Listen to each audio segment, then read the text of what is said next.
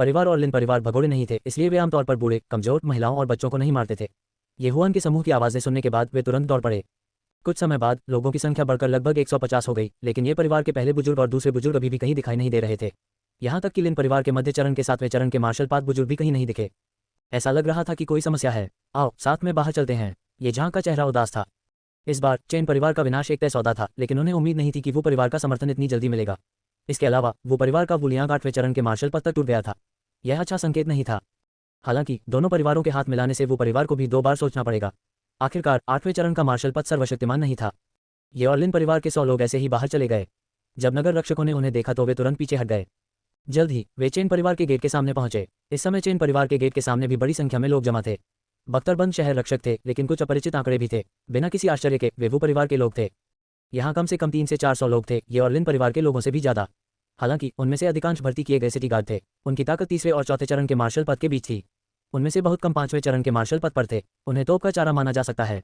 ये झांग, लिनमिंग, आप वास्तव में साहसी हैं। तुम मेरे शहर में इतनी लापरवाही से काम करने की हिम्मत करते हो। क्या आपको लगता है कि मैं वुतियान अस्तित्व में नहीं हूँ? जब ये झांग और अन्य लोग बाहर चले गए तो गेट पर एक अधेड़ उम्र का व्यक्ति चिल्लाया। वह लियान्युन शहर के सिटी लॉर्ड वुतियान थे। वुतियान, ऑन एयर मत करो। अब जब चेन परिवार नष्ट हो गया है तो आपका वो परिवार लंबे समय तक जीवित नहीं रह पाएगा। ये झांग ने ठंडे स्वर में खर्राटे लिए। क्या ऐसा है? ठीक है, फिर मैं और कुछ नहीं कहूंगा। उसे अंदर लाओ। वुतियान की आवाज गिरते ही वो परिवार के 2 विशेषज्ञ एक व्यक्ति को लेकर भीड़ से बाहर चले गए, जिसके हाथ और पैर उसकी पीठ के पीछे बंधे हुए थे। पहले बुजुर्ग। ये झांग की आंखें तब चौड़ी हो गईं जब उसने बंधे हुए व्यक्ति को देखा। क्या ये परिवार का पहला बुजुर्ग नहीं है? हाँ झांग, वे निश्चित रूप से हमें धमकाने के लिए मेरा इस्तेमाल करना चाहते हैं। मेरी चिंता मत करो, ये कबीले के महान बुजुर्ग दहाड़े। जब तक कोई बेवकूफ था वे बता पाएंगे, अन्यथा वुतियान ये परिवार के महान बुजुर्ग को क्यों पकड़ लेगा? चुप रहो। इससे पहले कि ये फैमिली ग्रैंड एल्डर अपनी बात खत्म कर पाता, एक व्यक्ति बगल से बाहर चला गया और सीधे ये फैमिली ग्रैंड एल्डर के चेहरे पर थप्पड़ मार दिया। ये वुतियान के पिता वुलियांग थे, जो मार्शल पद के 8वें चरण में थे। वुलियांग, मुझे उम्मीद नहीं थी कि तुम टूट जाओगे। लानत है, लिनमिंग ने दांत पीसकर इस व्यक्ति को देखकर कहा। आज यदि वुलियांग नहीं होता तो वे आसानी से चेन कबीले को नष्ट कर सकते थे और फिर वो कबीले को खत्म करने के लिए सिटी लॉर्ड्स मैंशन की ओर दौड़ सकते थे। दुर्भाग्य से एक अप्रत्याशित घटना घटी। ये कबीले के महान बुजुर्ग के अलावा कई अन्य विशेषज्ञों को पकड़ लिया गया, जिनमें लिन कबीले का एक बुजुर्ग भी शामिल था जो 7वीं रैंक के मध्य चरण में था। यह मुश्किल होने वाला था। परिवार के मुखिया, हमारी चिंता मत करो, बस सीधे हमला करो। जब तक हम वो परिवार को खत्म करते रहेंगे, लियान्युन शहर हमारे 2 परिवारों का रहेगा। हाँ, हमारी चिंता मत करो। हम खुद को बलिदान कर सकते हैं, लेकिन हमें उनसे धमकी नहीं दी जा सकती। महान चीजों को प्राप्त करने के लिए कुछ बलिदान अवश्य करने चाहिए। हम पहले से ही तैयार हैं।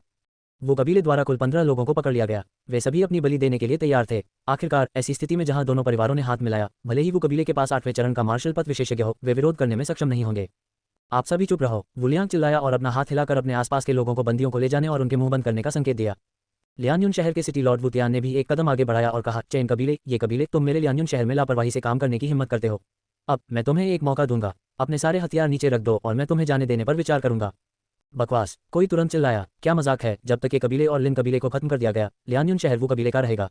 क्या वो कबीला उन्हें इतनी आसानी से जाने देगा? ये झांग और लिनमिंग ने एक दूसरे की ओर देखा। वे दोनों परिवारों के नेता थे, इसलिए उन्हें स्वाभाविक रूप से अपने परिवारों के बारे में सोचना पड़ा। हालांकि ये कबीले के महान बुजुर्ग और अन्य लोगों को पकड़ लिया गया था, लेकिन वे समझ गए कि बड़ी तस्वीर अधिक महत्वपूर्ण थी। इसलिए उन्होंने पहले से ही बंदियों को छोड़ने और वो कबीले के साथ मौत तक लड़ने की योजना बनाई थी। हालांकि जैसे ही वे आदेश देने वाले थे, वुलियांग ने अचानक कहा, चेन कबीला मेरे वो कबीले का केवल एक शतरंज का टुकड़ा है। मैं वो कबीले को खत्म करने के लिए बस आपके हाथ उधार लेना चाहता था, लेकिन मुझे उम्मीद नहीं थी कि आपके कार्य इतने तेज होंगे। हालांकि आपके लिए ये जानना सबसे अच्छा है कि मेरे पास केवल ये 15 बंदी नहीं है। यहाँ टीम का नेतृत्व करने से पहले मैंने आपके 2 कुलों में सिटी गार्ड पहले ही भेज दिए थे। अब मुझे लगता है कि आपकी पत्नियों और बच्चों को पहले ही पकड़ लिया गया है। क्या? जब ये कबीले और लिन कबीले ने यह सुना तो वे सभी आश्चर्यचकित रह गए। वो कबीले के पास वास्तव में अभी भी एक बैकअप योजना थी। बकवास। वुलियांग, क्या आपको लगता है कि हम आप पर विश्वास करेंगे? ये कबीले का एक विशेषज्ञ सामने आया। हे, यह आप पर निर्भर है कि आप इस पर विश्वास करें या नहीं। वैसे भी समग्र स्थिति पहले ही तय हो चुकी है। लियान्युन शहर अभी भी मेरे वो कबीले का होगा। वुलियांग ने ठंडे स्वर में खर्राटे लिए। ये सही है। यकीन न हो तो थोड़ा ठहर जा। मुझे लगता है कि मेरे गार्ड पहले से ही अपने रास्ते पर हैं। लियान्युन शहर के शहर लॉर्ड वुतियान ने ठंडी मुस्कान बिखेरी। ये कबीले और लिन कबीले के सभी लोग चुप थे। उन्होंने भी अपने हृदय में उस पर हल्का विश्वास किया। मूल रूप से उन्होंने सोचा कि वो कबीला और चैन कबीला एक साथ काम कर रहे थे। हालांकि उन्हें उम्मीद नहीं थी कि वो कबीला चैन कबीले को तोपचारे के रूप में इस्तेमाल कर रहा था। इस तथ्य का लाभ उठाते हुए कि वे अपनी सभी सेनाओं को जुटा रहे थे, उन्होंने अपने परिवार के सदस्यों को धमकी देने के लिए बंधक बना लिया। ये कुछ ऐसा था जिसकी किसी को उम्मीद नहीं थी। माहौल बड़ा अजीब हो गया। दोनों पक्षों ने कोई कदम नहीं उठाया और केवल चुपचाप इंतजार किया। ये हुआन, यदि स्थिति सही नहीं है तो तुरंत चैन कबीले में प्रवेश करें और दीवार पर कूदकर भाग जाएं। भीड़ में तीसरे बुजुर्ग ने धीरे से ये हुआन से कहा जो उसके बगल में था। ये हुआन ने कुछ नहीं कहा, वह केवल चुपचाप वहीं खड़ा रहा। उनके लिए अकेले जाना बिल्कुल असंभव था। इसके अलावा उसके दिल में एक योजना थी जो वो कबीले को डराने में सक्षम हो सकती थी। इसके अलावा अभी उन्होंने रैंक 7 मार्शल आर्ट के आदान प्रदान के लिए देवोर पॉइंट्स का उपयोग किया। सामूहिक युद्ध में उसका धनुष बाण बहुत प्रभावशाली होता, वह निश्चित रूप से वो कबीले का पूरी तरह से सफाया करने में सक्षम होगा। हालांकि थोड़ी देर इंतजार करना बेहतर था। दोनों पक्षों के बीच का माहौल बेहद अजीब था। दोनों पक्ष दूसरे पक्ष को मारना चाहते थे। इस तरह लियान्युन शहर भविष्य में शांतिपूर्ण होगा। समय थोड़ा थोड़ा बीतता गया, लेकिन उन्होंने किसी भी शहर के गार्ड को आते नहीं देखा। भीड़ अभी भी उनके आसपास जमा थी। अजीब बात है, दोनों परिवारों में केवल कुछ ही किसान बचे हैं जो मार्शल पाथ के 5वें चरण तक भी नहीं पहुंचे हैं। मेरे गार्ड अभी तक क्यों नहीं आए? लियान्युन शहर के लॉर्ड वुतियान हैरान थे। जैसे जैसे समय बीतता गया, वुतियान की अभिव्यक्ति और भी बदतर होती गई। ऐसा लग रहा था कि उनके भेजे गार्ड दुर्घटनाग्रस्त हो गए हैं। क्या ऐसा हो सकता है कि लिन और ये परिवारों के पास अभी भी विशेषज्ञ हों? क्या लिन परिवार का बुरा आदमी एकांत में नहीं है? क्या ये वह हो सकता है? वुतियान अपने दिल में बुदबुदाया। हा, सिटी लॉर्ड, वो आपका अभिनय कौशल बहुत अच्छा है। लोगों का एक समूह हंसने लगा। इस अवधि के दौरान उनकी नसें तनावग्रस्त थीं। उन्हें डर था कि शहर के गार्ड उनके परिवार के सदस्यों को पकड़ लेंगे और उन्हें धमकी देंगे। लेकिन अब ऐसा लग रहा था कि ऐसा नहीं है। हालांकि इस समय किसी ने अचानक प्रतिक्रिया व्यक्त की और चिल्लाया, अच्छा नहीं, ये वुतियान समय के लिए रुक रहा है। सब हक्के बक्के रह गए और आंखें फटी की फटी रह गईं। यह मानते हुए कि वुतियान ने जो कहा वह सच था और उसके सिटी गार्ड वास्तव में दोनों परिवारों के पास नहीं गए थे और इसे केवल समय के लिए रुकने के बहाने के रूप में इस्तेमाल कर रहे थे। उस अवधि के दौरान शायद वुतियान के सिटी गार्ड वास्तव में गए थे दो परिवारों को मारो, वुतियान को मार डालो। अरे, हमने वास्तव में उसे समय के लिए रुकने दिया। जल्दी करो, उसे मार डालो। जाना। एक पल में ये परिवार और लिन परिवार का अहंकार बढ़ गया। स्थिति बदतर होने से पहले वे वो परिवार के सदस्यों को मारने के लिए स्थिति का फायदा उठाना चाहते थे। चिल्लाने से पहले ये झांग और लिन मिंग ने एक दूसरे की ओर देखा। तुरंत सभी लोग चैन परिवार से बाहर निकले और वो परिवार की ओर बढ़ गए। वुलियांग, अपना जीवन सौंप दो। लिन परिवार का मध्य चरण का 7वें चरण का मार्शल पद चिल्लाया और वुलियांग की ओर दौड़ा, जबकि दो प्रारंभिक चरण के 7वें चरण के मार्शल पद कृषक उसका पीछा कर रहे थे। चूंकि तुम इतने अंधे हो तो तुम सब मेरे लिए मर सकते हो। वुलियांग भी आगे बढ़े। वह 8वें चरण के मार्शल पाथ कल्टिवेटर थे। वह 7वें चरण के शीर्ष मार्शल पाथ कल्टिवेटर को भी आसानी से हरा सकता था। इन लोगों का तो जिक्र ही नहीं। 200 से अधिक लोगों ने तुरंत मारपीट की। दृश्य बेहद विशाल था। सभी दर्शक पीछे हट गए। उन्हें डर था कि उन पर असर पड़ेगा। आज की लड़ाई शायद लियान्युन शहर के इतिहास की सबसे बड़ी लड़ाई थी। ये झांग द्वारा आदेश दिए जाने के बाद येहुआन ने अपना ब्लैक आयरन बो भी निकाला और उसे शूट करने के लिए उठाया। हालांकि उनके दिमाग में भी एक टारगेट था। जिसने भी उन 15 लोगों को छूने की हिम्मत की वह उन्हें मार डालेगा। कुछ ही सेकंड में उसने उनमें से 7 को मार डाला था। जल्दी करो, उन्हें मार डालो। उन्हें दूर मत जाने दो। वो परिवार से कोई चिल्लाया, जो भी हिलेगा वह मर जाएगा। दूर से येहुआन की आंखें बहुत ठंडी थीं। एक पल में उसने एक तीर मारा और चिल्लाने वाले मार्शल कलाकार को मार डाला। अभी अभी येहुआन इतनी सारी अच्छी चीजें खाकर मार्शल पद के 7वें चरण में पहुंच गया था। वहीं उनके पास 20 से ज्यादा डिवोर पॉइंट भी थे। उन्होंने level 6 martial art chaotic star arrow को दूसरे चरण में सीखने के लिए 10 अंक खर्च किए। अब वह एक पल में 6 तीर चला सकता था। यह अराजक सितारा तीर भी एक अनोखी मार्शल आर्ट थी। पहला चरण रैंक 6 मार्शल आर्ट था, जबकि दूसरा चरण रैंक 7 मार्शल आर्ट था। बस ब्लैक आयरन बो की धनुष की डोरी कंपन कर रही थी और एक स्पिरिट तीर तुरंत 5 भागों में विभाजित हो गया, जिससे वो परिवार के कई मार्शल कलाकारों की मौत हो गई। येहुआन की हत्या की गति निश्चित रूप से उपस्थित लोगों में सबसे तेज थी। कोई भी उसके घातक तीरों को रोक नहीं सका। अच्छा नहीं, दूसरे पक्ष के पास एक तीरंदाज है, जल्दी से उसे मार डालो। वो परिवार फिर चिल्लाया। बोलने से पहले कई मार्शल कलाकार येहुआन की ओर दौड़े। हालांकि इससे पहले कि वे करीब आ पाते, येहुआन ने उन्हें सीधे गोली मार दी।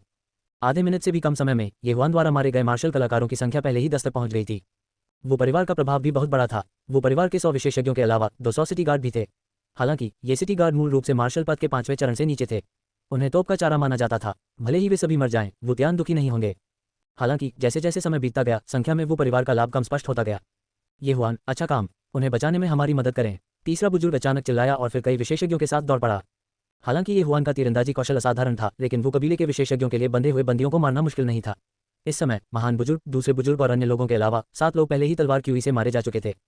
यदि आप उन्हें बचाना चाहते हैं तो आपको पहले मुझसे आगे निकलना होगा। लियान्युन शहर के लॉर्ड वुतियान चिल्लाए और उनके सामने रोक दिया। फिर उसने कुछ बार अपनी तलवार लहराई और येहुआन के कैओटिक स्टार एरो को बिखेर दिया। तुम्हारे पास कुछ कौशल हैं, आइए देखें कि आप मुझे कैसे रोकते हैं। येहुआन की आंखें सिकुड़ गईं। उसने अचानक एक गोली निकाली और उसे निगल लिया। एक पल में उसके शरीर में आध्यात्मिक ऊर्जा एक स्तर बढ़ गई। आध्यात्मिक विस्फोट की गोली। येहुआन मूल रूप से मार्शल पद के शुरुआती 7वें चरण में थे, इसलिए उनकी आध्यात्मिक ऊर्जा को वुतियान ने दबा दिया था। अब जबकि वह वुतियान के समान स्तर पर था, वुतियान निश्चित रूप से अपने आध्यात्मिक ऊर्जा तीरों को आसानी से नष्ट नहीं कर पाएगा। अराजक सितारा तीर। येहुआन ने अपना हाथ उठाया और एक और तीर चलाया। इस बार आध्यात्मिक ऊर्जा तीर 6 भागों में विभाजित हो गया और वुतियान के पीछे मार्शल कलाकारों की ओर चला गया। ये कैसे संभव है? वुतियान हैरान रह गया। वह 3 तीरों को रोकने के लिए आगे बढ़ा, लेकिन 3 से चूक गया। उसने महसूस किया कि इन तीरों की गति पहले की तुलना में बहुत तेज थी, साथ ही उनकी ताकत भी बढ़ गई थी। इस समय थर्डेलर और अन्य लोग दौड़ पड़े और वुतियान पर हमला करना शुरू कर दिया। मैं उसे रोक कर रखूंगा, जाओ उन्हें बचाओ। पीछे से एक वहशी आवाज आई। ये येहुआन था। ये सुनकर तीसरा बुजुर्ग और अन्य लोग किनारे पर चले गए और तेज चाकू की तरह शहर के गार्डों पर वार कर दिया। बदबूदार लड़के, तुमने मेरे वो परिवार के इतने सारे सदस्यों को मारने की हिम्मत कैसे की? मैं तुम्हारी जान ले लूंगा। वुतियान का अहंकार बढ़ गया। उसने दूसरों की परवाह नहीं की और येहुआन की ओर दौड़ पड़ा। येहुआन वर्तमान में मार्शल पद के मध्य 7वें चरण में था और उसके पास कुछ छठी कक्षा की मार्शल आर्ट थी। इसलिए वह वुतियान से नहीं डरता था और तुरंत उससे मिलने के लिए ऊपर चला गया। पर्वत विभाजन हथेली, थंडरक्लैप तलवार, बूम, ऊर्जा की दो तरंगें तुरंत टकरा गईं और तीव्र शॉकवेव पैदा हो गई। शॉकवेव बह गई और तुरंत पूरे क्षेत्र को अपनी चपेट में ले लिया। हालांकि वुतियान को यह उम्मीद नहीं थी कि ये हुआन की आकृति तुरंत उसके सामने आ जाएगी और फिर से कट जाएगी। वज्रपात तलवार, पेंग, वुतियान को उड़ान भरते हुए भेजा गया। उसे एहसास हुआ कि उसकी गति ये हुआन की तुलना में बहुत धीमी थी। सौभाग्य से उन्होंने जिन मार्शल आर्ट का इस्तेमाल किया वे कमजोर नहीं थे, इसलिए उन्हें चोट नहीं आई और उन्हें केवल उड़ान के लिए भेजा गया। ये कैसे संभव है? सिटी लॉर्ड को इस बगवा ने उड़ते हुए भेजा था। वह लड़का कौन है? तुम्हें नहीं पता? वह ये हुआन है जिसने चेनसॉन्ग को नग्न किया और उसे सड़क पर फेंक दिया। ये बहुत डरावना है, यहाँ तक कि सिटी लॉर्ड भी उसका साथी नहीं है। यह असंभव है। सिटी लॉर्ड लापरवाह रहा होगा। वुतियान की अभिव्यक्ति काली पड़ गई। जैसे ही वह अपने शरीर को स्थिर करने वाला था, अचानक भीड़ से एक आकृति बाहर निकली और उसकी छाती पर थप्पड़ मारा। फिर उसे तुरंत पकड़ लिया गया। यदि आप नहीं चाहते कि वुतियान मर जाए तो रुकें। धरती को चकनाचूर करने वाली दहाड़ हवा में गूंज उठी, जिससे हर कोई हिलना बंद कर दिया। सबने देखने के लिए सिर घुमाया, केवल ये देखने के लिए कि जो बोलता था वह सफेद बालों वाला बूढ़ा था। हालांकि वह बूढ़ा था, लेकिन उसका शरीर बेहद मजबूत था। उसका एक हाथ वुतियान के गले पर था, मानो अगर कोई हरकत करने की हिम्मत करेगा तो वह वुतियान की गला घोंटकर हत्या कर देगा। पिताजी, लिनमिंग को उस बूढ़े व्यक्ति को देखकर सुखद आश्चर्य हुआ। वह बूढ़ा व्यक्ति जो अचानक प्रकट हुआ वह लिनमिंग के पिता, लिन परिवार के मुखिया लिन जियो थे। पुराने मास्टर लिन एकांत से बाहर आ गए हैं। ये झांक की आंखें भी चौड़ी हो गईं। इसके तुरंत बाद उसके चेहरे पर खुशी दिखाई दी। लिनजियो, ये वास्तव में तुम हो? लिनजियो को देखने के बाद वुलियांग का चेहरा हिल गया। उसे पहले से ही एक बुरा पूर्वाभास था। अगर मैं बाहर नहीं आता तो मैं तुम्हारे जाल में फंस जाता। लिनजियो धीरे धीरे लिनमिंग के पास गया और बेरहमी से चिल्लाया, हर कोई चिंता मत करो, वुतियान ने जिन लोगों को भेजा था वे सभी मर चुके हैं। असंभव, आप केवल एक ही व्यक्ति हैं, भले ही आप लिन परिवार को बचा सकें। ये परिवार के बारे में क्या? वुलियांग को इस पर विश्वास नहीं हुआ। उन्होंने स्पष्ट रूप से शहर रक्षकों के 2 समूहों को भेजा, जिनमें से प्रत्येक का नेतृत्व छठे मार्शल क्षेत्र के शिखर विशेषज्ञ ने किया। ये परिवार अब पूरी ताकत में था और अपर्याप्त युद्ध शक्ति के साथ केवल युवा पीढ़ी को पीछे छोड़ रहा था। मैं ये परिवार के बारे में नहीं जानता। जब मैं पहुंचा तो आपके सभी शहर रक्षक मर चुके थे। लिनजियो ने हल्के से उत्तर दिया। वह सच बोल रहा था। असंभव है, ये परिवार के पास पहले से ही कोई विशेषज्ञ नहीं है। वे मेरे शहर के गार्डों को कैसे नष्ट कर सकते हैं? वुलियांग को अभी भी इस पर विश्वास नहीं हुआ। आखिरकार उन्हें लगा कि उनकी योजना निर्दोष थी।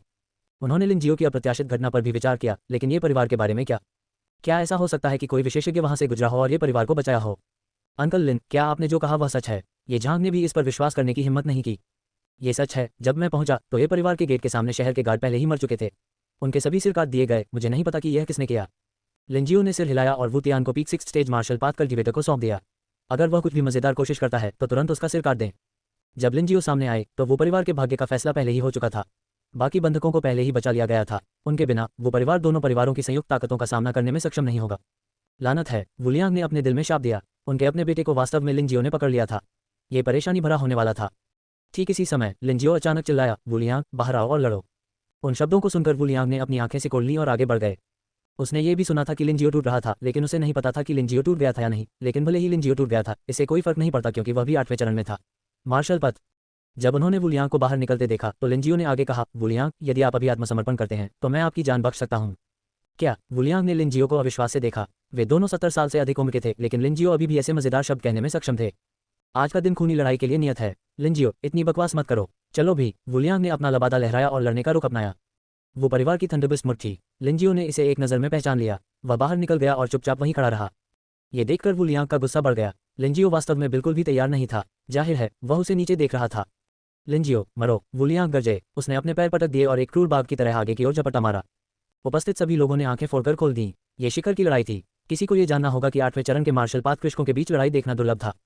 हालांकि सभी को आश्चर्य हुआ। लड़ाई केवल 1 सेकंड तक चली। काचा, एक कुरकुरी आवाज सुनाई दी। वुलियांग का हाथ मुड़ गया और लिनजियो ने उसे तुरंत तोड़ दिया। इसके तुरंत बाद लिनजियो का दाहिना हाथ वुलियांग की गर्दन पर आ गया। लड़ाई खत्म होने से पहले केवल 1 सेकंड तक चली। ये कैसे संभव है? वे दोनों 8वें चरण के मार्शल पाथ कृषक हैं। अंतर इतना बड़ा क्यों है? सभी अविश्वास से देखते रहे। वुलियांग एक पल में हार गया और लिनजियो के हाथों में पड़ गया। ये बिल्कुल अकल्पनीय था। भले ही वुलियांग एक कागजी बाघ था और उसकी असली ताकत केवल 7वें चरण के मार्शल पथ के चरम पर थी, फिर भी उसे एक पल में कैसे हराया जा सकता था? असंभव। लिनजियो, तुम इतने मजबूत कैसे हो सकते हो? वुलियांग चिल्लाया। गर्दन पकड़ने वाला हाथ इतना मजबूत था कि वह सांस नहीं ले पा रहा था। हाँ, फिर से महसूस करो। लिनजियो अचानक मुस्कुराया और उसके शरीर में आध्यात्मिक शक्ति बढ़ गई। जब वुलियांग को लिनजियो की आध्यात्मिक शक्ति की ताकत महसूस हुई तो उसका चेहरा राख हो गया। ये कैसे संभव है? 8वें चरण मार्शल पथ मध्य चरण? नहीं, यह 8वें चरण के मार्शल पथ का शिखर है। वुलियांग स्तब्ध रह गया और बड़बड़ाए बिना नहीं रह सका। 8वें चरण के मार्शल पथ का शिखर। इस स्तर के कारण पूरे दर्शक पूरे 10 सेकंड के लिए चुप रहे। क्या ये वास्तव में 8वें चरण के मार्शल पथ का शिखर है और 7वें चरण के मार्शल पथ का शिखर नहीं है?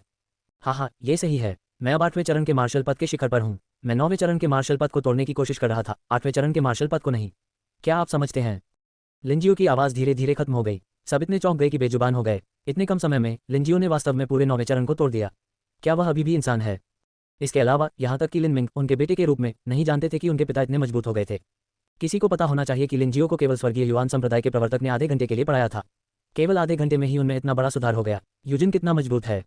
वुलियांग के बोलने का इंतजार किए बिना लिन जियो ने कहा, वुलियांग, मैं तुम्हें एक मौका दूंगा। जब तक आप वो परिवार को लियानयुन शहर से बाहर ले जाएंगे, मैं आपकी जान बख्श दूंगा।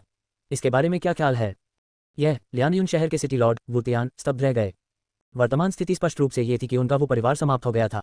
अब जब उसे और वुलियांग को पकड़ लिया गया तो वो परिवार बिना किसी नेता के ड्रैगन के समूह की तरह था।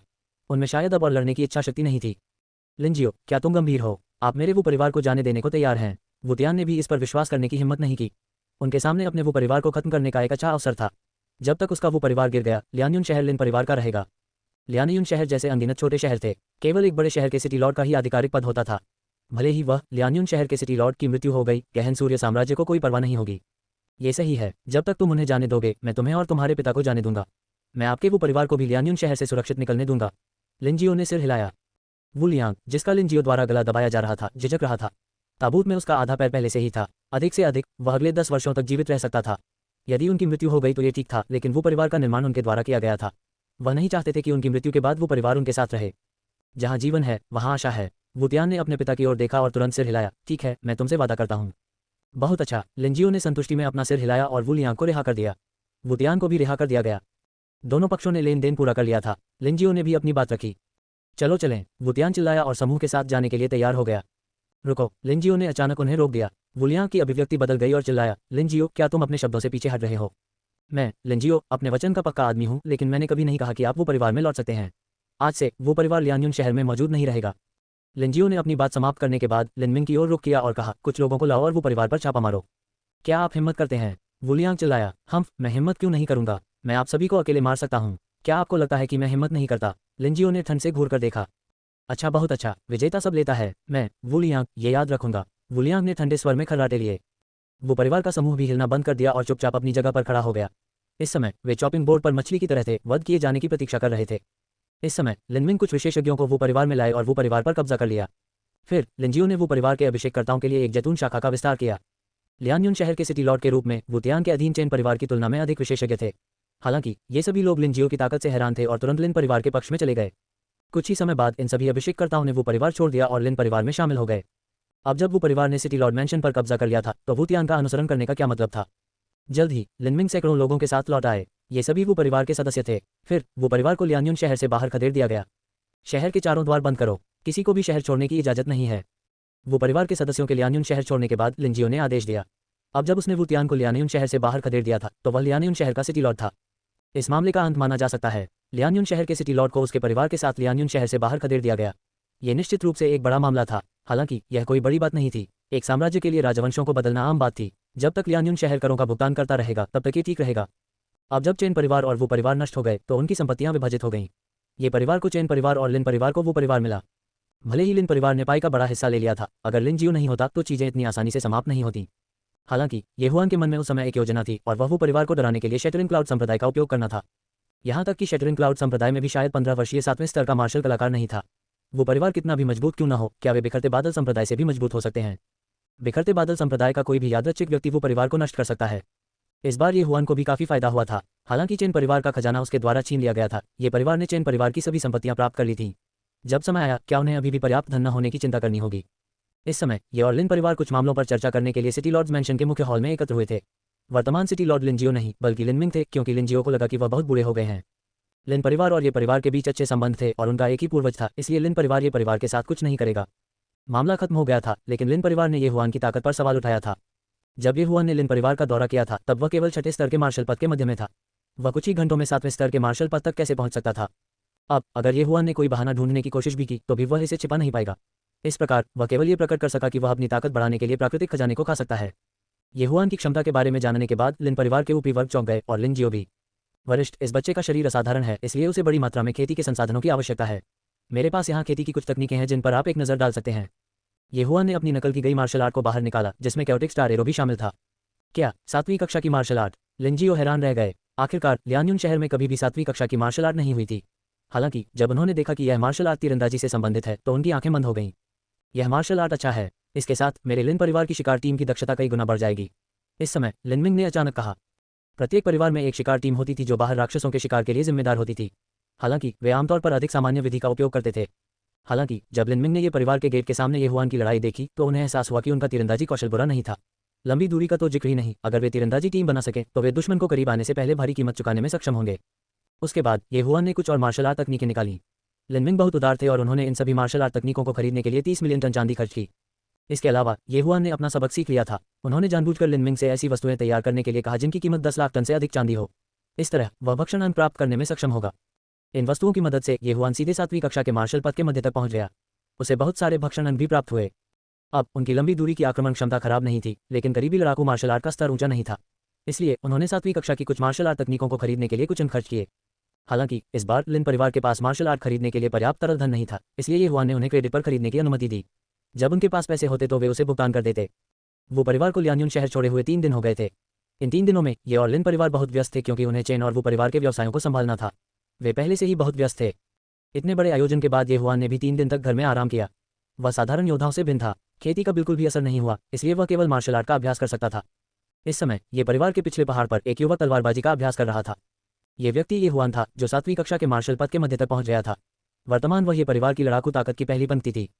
अब जब मेरे पास 7वीं कक्षा की कुछ मार्शल आर्ट तकनीकें हैं तो ये परिवार की कुल ताकत बहुत बढ़ गई है।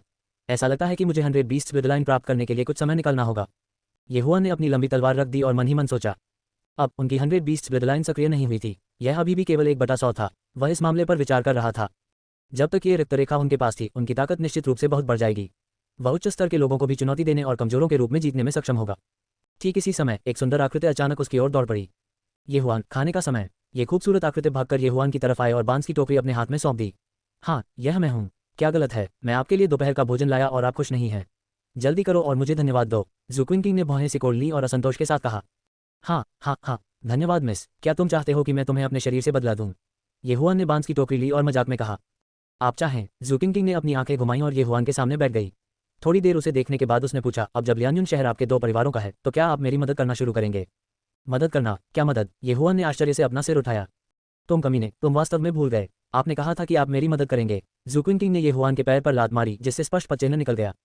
ओह, बिल्कुल मुझे याद है, लेकिन आपने यह नहीं बताया कि मैं आपकी क्या मदद करूंगा। ये हुआन को पसीना आया और आखिरकार याद आया। ज़ुक्विंग ने ये कहने से पहले कुछ समय तक विचार किया। क्या आप जानते हैं कि मैंने इस बार 1000 गोल्ड सिटी क्यों छोड़ी? क्यों? जिसके बारे में बोलना यह आपसे संबंधित है। मूल रूप से मेरे पिता मुझसे तुमसे शादी करना चाहते थे, लेकिन मेरे चाचा ने उन्हें अस्वीकार कर दिया था। इसलिए मेरे पिता ने मेरी मंगनी 1000 गोल्ड सिटी के युवा शहर स्वामी से कर दी। ज़ुक्विंग ने कहा। क्या तुम शादी से भाग गए? ये हुआन ने अचानक अपना सिर उठाया और लगभग दम घुटने से मर गया। जल्द ही मेरी सगाई हो जाएगी, लेकिन ये ठीक है, मेरे पिता नहीं जानते कि मैं कहाँ हूँ। ज़ुक्विंग ने अचानक एक आत्मसंतुष्ट अभिव्यक्ति का खुलासा किया। वह नहीं जानता। ये हुआन ने खाना अपने मुंह में निगल लिया और अपराध बोध से कहा, मुझे डर है कि जरूरी नहीं कि ऐसा ही हो। वे नहीं जानते कि मैं कहाँ हूँ, ज़ुक्विंग ने कहा और अचानक ये हुआन की अभिव्यक्ति देखी। वह तुरंत रुकी और बोली, आपने किसी को 1000 गोल्ड सिटी भेजा है? खांसी। हाँ, मैंने उस दिन किसी को भेजा था। मैं बस आपके पिता को बताना चाहता था कि आप सुरक्षित हैं। ये हुआन ने अपना ठंडा पसीना पोंछा। कामी, तुमने मुझे इस बारे में पहले क्यों नहीं बताया? ज़ुक्विंग खड़े हुए और ये हुआन को अच्छी पिटाई दी। कौन जानता था कि तुमने सगाई तोड़ दी है? ये हुआन वास्तव में काफी असहाय था। उसकी नेक नीयत उल्टी पड़ गई थी। ज़ुक्विंग ने ये हुआन को कुछ अधीरता से ऊपर खींचा और कहा, चलो चलें। हम आज बिखरते बादल संप्रदाय के लिए प्रस्थान करेंगे। इतनी जल्दी मत करो। क्या ये सिर्फ एक शादी नहीं है? आप इसे बंद क्यों नहीं कर सकते? आप बस यही चाहते हैं कि मैं इसे आपके लिए बंद कर दूं, है ना? ये हुआन ने अपने मुंह में मांस का जूड़ा भर लिया और स्पष्ट रूप से कहा। उसे जरा भी परवाह नहीं थी। किसने कहा कि मैं चाहता हूं कि आप अब सगाई तोड़ने में मेरी मदद करें? मैं चाहता हूं कि आप पहले बिखरते बादल संप्रदाय में प्रवेश करें। आप एक छोटे शहर के युवा मास्टर हैं, जबकि वह मिलियन गोल्ड शहर के युवा मास्टर हैं। इसके अलावा उन्हें शटरिंग स्काई संप्रदाय के एक बुजुर्ग द्वारा प्रत्यक्ष शिष्य के रूप में स्वीकार किया गया था। उसके बाद उसकी ताकत तेजी से बढ़ती गई। ज़ुक्विंग ने भौहें सिकोड़ते हुए कहा, स्वर्ग क्रैकिंग संप्रदाय। जब उसने ये नाम सुना तो ये हुआन की अभिव्यक्ति रुक गई। शैटरिंग क्लाउड सेक्ट और shattering sky sect south forest county के 2 शीर्ष संप्रदाय थे। वे मूल रूप से सैकड़ों साल पहले एक परिवार थे, लेकिन कुछ मामलों के कारण शैटरिंग क्लाउड संप्रदाय को विभाजित किया गया और शैटरिंग क्लाउड संप्रदाय की स्थापना की गई। हालांकि ताकत के मामले में शैटरिंग स्काई संप्रदाय शैटरिंग क्लाउड संप्रदाय की तुलना में बहुत मजबूत था। उनके अधीन सभी शिष्य प्रतिभाशाली थे और बिखरने वाले बादल संप्रदाय की तुलना उनसे नहीं की जा सकती थी। क्या वह सिर्फ एक बुजुर्ग का शिष्य नहीं है? डरने की क्या बात है? क्या ऐसा हो सकता है कि वह मुझसे अधिक प्रतिभाशाली हो? ये हुआन को अभी भी कोई परवाह नहीं थी। थप्पड़। ज़ुक्विंग ने सीधे ये हुआन के सिर के पीछे थप्पड़ मारा और कहा, बेशक उसकी प्रतिभा की तुलना आपसे नहीं की जा सकती, लेकिन वह आपसे बड़ा है। वह पहले से ही 20 साल का है। इसके अलावा वह मार्शल पद के 7वें स्तर के मध्य में भी है। आप निश्चित रूप से उसे हरा नहीं सकते। जल्दी करो और चले जाओ। हालांकि उसके बोलने से पहले एक आकृति उनके सामने आए और उनकी ओर जॉगन की। यंग मास्टर, मिस ज़ू परिवार में मेहमान हैं। परिवार का मुखिया आपको बुला रहा है। जो व्यक्ति भाग गया वह ये परिवार का रक्षक था। इस समय येहुआन और जू किंग की अभिव्यक्तियां बदल गईं। ये वास्तव में वही था जिसके बारे में वे चिंतित थे। यदि यह एक सामान्य व्यक्ति होता तो यह तब तक ठीक होता जब तक येहुआन खत्म हो जाता। आखिरकार जू किंग एक बाहरी व्यक्ति था और निश्चित रूप से उसे जाने नहीं देगा। लेकिन अब जू किंग भी शामिल थे। ये निश्चित रूप से मिलियन गोल्ड सिटी का कोई व्यक्ति था। चूंकि आप यहाँ हैं, आइए चीज़ों को वैसे ही ले जैसे वे आती हैं। चलो चलें, भले ही आसमान गिर जाए, मैं इसे तुम्हारे लिए रखूंगा। येहुआन की बात खत्म होने के बाद वह मुड़ा और चला गया। तुम मौत से प्रेमालाप कर रहे हो। वह मिलियन गोल्ड सिटी का युवा मास्टर है। 10 लियान्यून शहरों की तुलना 1 मिलियन गोल्ड सिटी से नहीं की जा सकती। अगर हम छिपकर चले गए तो वे हमें पकड़ नहीं पाएंगे। जू किंग ने येहुआन को वापस खींच लिया। आप जीवन भर घर नहीं जा सकते, है ना? येहुआन ने मुड़कर पूछा। अभी के लिए वापस नहीं गए तो ठीक है। कम से कम तब तक प्रतीक्षा करें जब तक आप शैटरिंग क्लाउड संप्रदाय में प्रवेश नहीं कर लेते और मेरी मदद करने के लिए आपके पास एक स्थिति नहीं है। अभी जाओ तो बेकार है। वे मुझे पकड़ भी सकते हैं, जू किंग ने चिंतित होकर कहा। यह सुनकर येहुआन भी झिझक गया। मिलियन गोल्ड सिटी एक बड़ा शहर था। यहाँ तक कि 10 लियान्यून शहरों की तुलना 1 मिलियन गोल्ड सिटी से नहीं की जा सकती। मिलियन गोल्ड सिटी के सिटी लॉर्ड मैंशन की ताकत निश्चित रूप से ऐसी चीज़ नहीं थी जिसकी तुलना वो परिवार कर सके। यदि उन्होंने विशेषज्ञों को भेजा तो लिन जियो शायद उन्हें रोक नहीं पाएंगे।